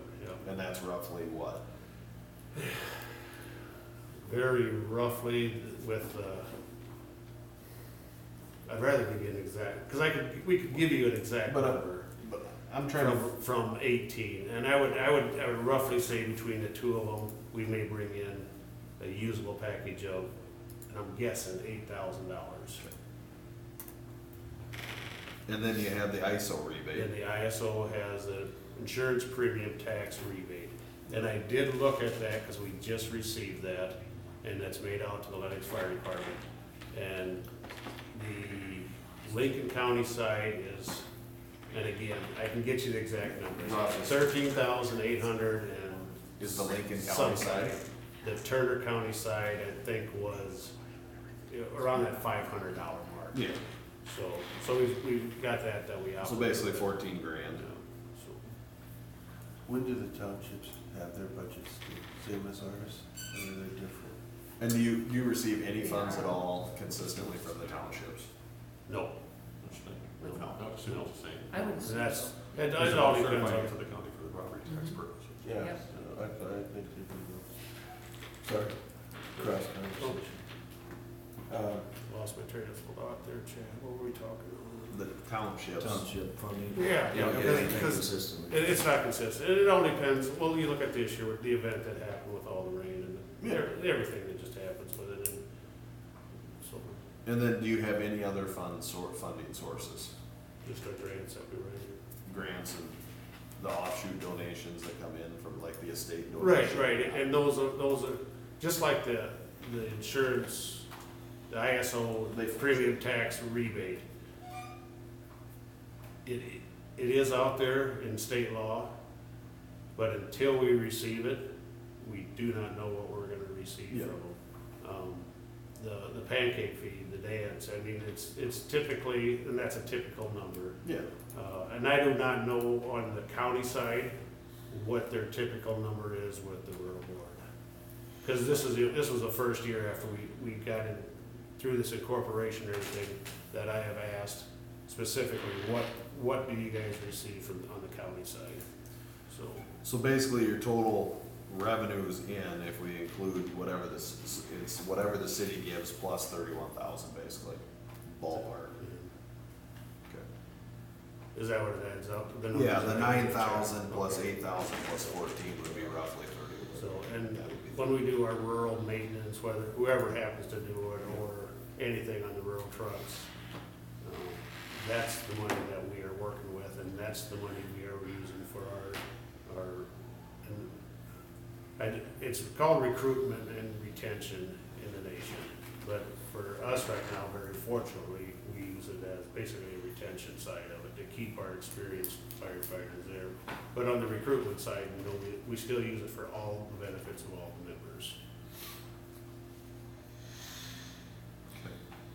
And you guys don't have, I mean, for 1 year, you don't have anything in a savings or another fund to use for operations for 1 year, if we could only give you 55,000? And I don't know what we have. Do we have funds that we would use for a contingency fund? Absolutely. We have an account where it's called the Rural Pumper Fund, and that's one of those things where the township boards,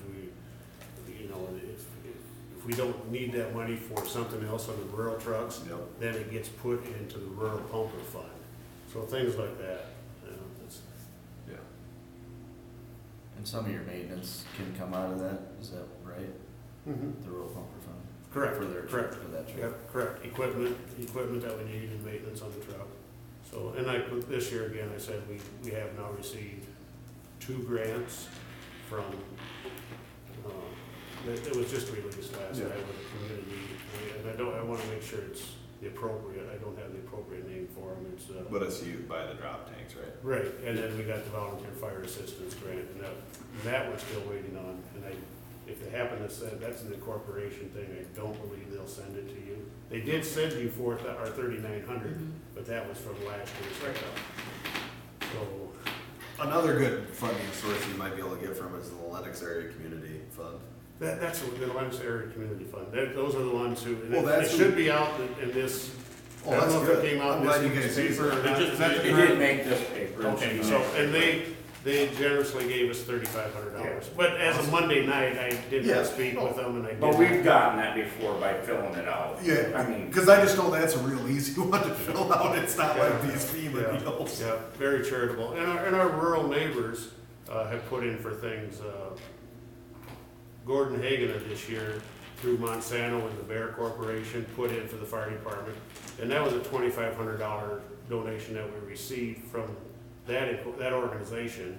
And we utilized that in purchasing the RDC, the water rescue equipment. So we have, occasionally we do get funding in from other areas. Okay. What do you think the absolute, and I hate to phrase it this way, the absolute lowest amount you can survive on is? I can't answer that. I won't answer that. I've proposed our budget and it's you guys to decide, and we'll have to work with it from there, Chad. Okay. Without crunching numbers, and I know we were looking at changing everything over, and I just can't see that it's an operation that we can work on in 2020 and start building for the future, no matter how we fund our fire department, because it's not my fire department, it's the community fire department. When I walk away from there, I have, except for my reimbursement fund, that's it, I'm done. So it's not my fire department, it's the community's fire department, so. And we have, and we will continue to say that the community is very generous. Because you look at the equipment that we have down there. Yeah. In the same respect though, you look at the equipment we have down there and you look at the age of them. We're not shooting for the moon. We do tremendous maintenance on it. We do tremendous care on it. I know I've had a statement from a councilman before, because we put all the NFPA DOT reflective striping on all of it, and we did it all in-house. Didn't cost any labor. Well, that don't matter. We don't care about that. Well, that does matter, because that's expensive to have done professionally. Yeah. And I believe we did all of our trucks for less than our 2 ambulances were commercially done. Yeah. So, and I believe that. I'd have to fact check them numbers, but, so those statements like that are kind of disconcerting, you know, so, because our members do it simply for civic duty and pride, that they work on all the trucks, whether it's a city-owned vehicle, a corporation-owned vehicle, so. I know that when I walk into the fire station, it's clean, it's organized, and I hear how long you keep some of your equipment around. It's well cared for, it's taken care of with pride and ownership. So that's understood by me. Okay. I think in talking with the council members, everybody agrees that you do good work, you take care of your stuff. We just have to crunch these numbers and find out what we can do too. I got a lot of ideas running through my head, but I won't say them right now for funding, but I think we will try as council to look at every way we can maximize what we can do.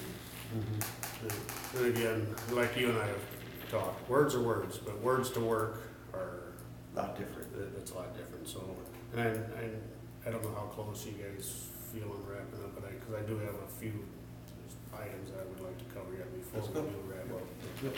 So, and I know quite often I hear the things about rural response.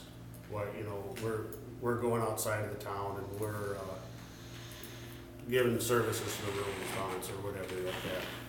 We do need to understand that my family drives to Sioux Falls.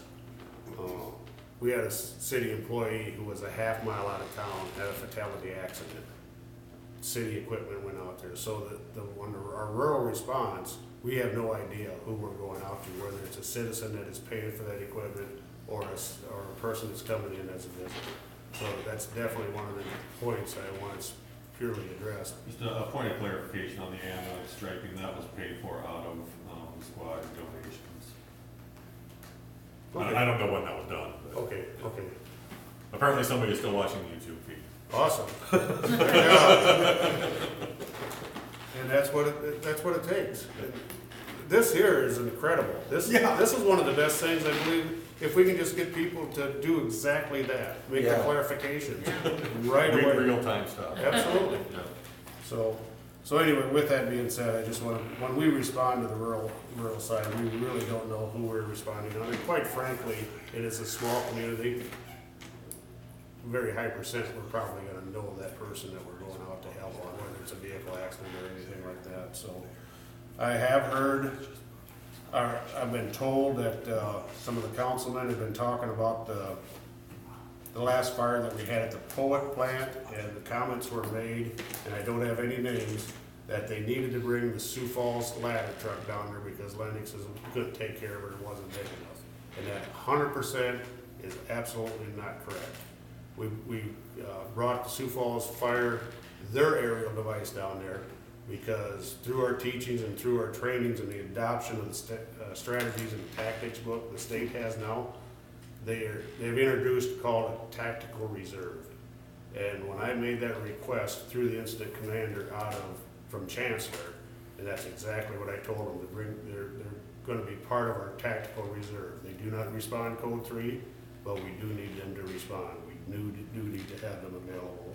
So those are just some clarification. Tactical reserve for school fights. My understanding, tactical reserves are coming up in case there's a need for the backup base. Absolutely, absolutely. Is that Poet plant in your coverage territory, or is that mutual aid? We go mutual aid for it. So Worthing comes over here if we have a structure fire?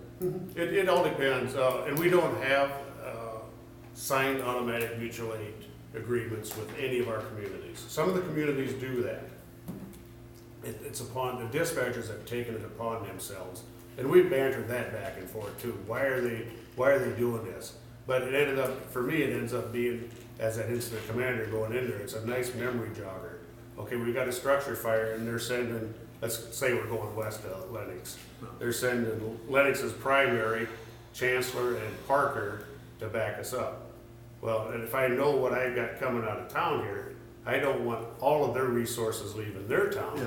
But it's a memory jogger for me. As soon as I hear Chancellor, or I tell dispatch, now tell this city to send only 1 engine and 5 firefighters, or whatever resource I need. Yeah. So we do not have automatic mutual aids, but the dispatch is doing a tremendous job with it, and You're happy with how it's going? absolutely, yeah. However, the sign of the time are the automatic mutual aids.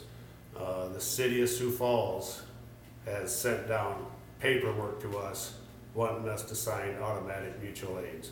Well, if I'm gonna have that done, or we are gonna have that done, it is not gonna be my signature. It's gonna be a group signature, because it's like I said, I was in contact with their division chiefs today on the event that was happening. Last night, they were calling for resources. This morning, they got things taken down, or to the level where they no longer needed our resources. So, we were talking about negotiating the contract, or whatever we do financially, and I just simply put down that that's gotta be one of them living documents that we gotta continually sit down and to negotiate.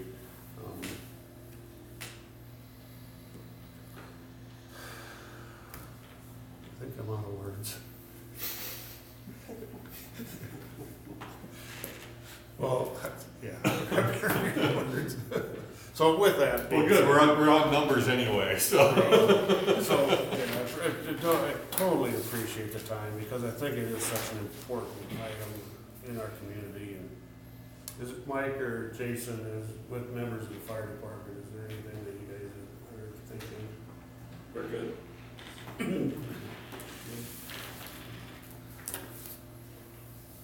No? So anymore, I think it's time to shake hands and everybody's gotta do their thinking. Everybody. Quickly. Yeah, I would suggest that if there is a change, like I said, I'm uncomfortable putting the 71.5 in there on the ordinance, without at least a majority of, council voicing an opinion, on that, with me individually. If there is a desire to move it from the 55 that was last presented to the council, we need to schedule a special meeting. We need to do it as soon as possible. I would suggest doing it no later than Sunday afternoon. I can certainly do it by phone. I'll be in Pier tomorrow night, but back Friday, so.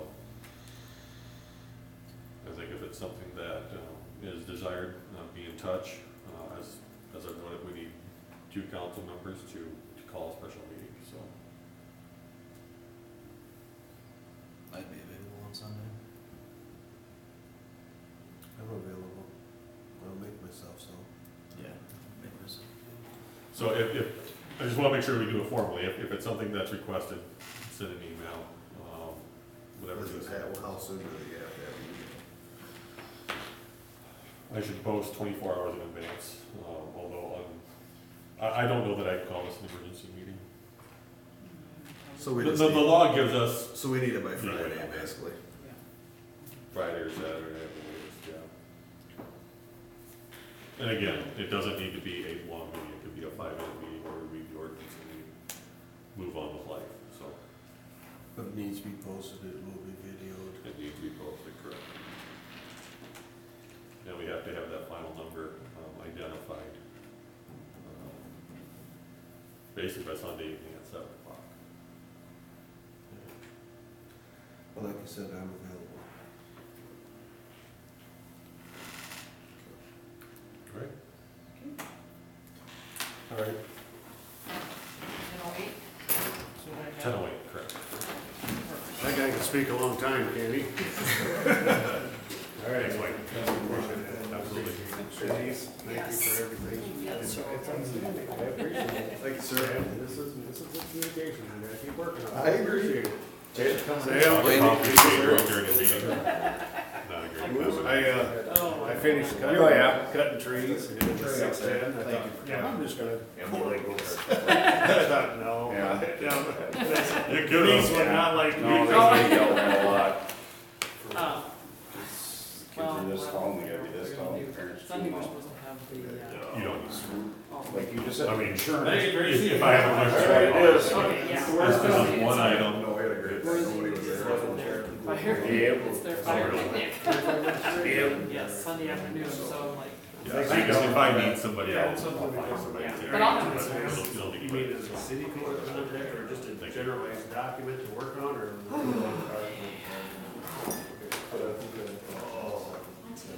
Yeah, so yeah, we definitely, it's, I think 2020.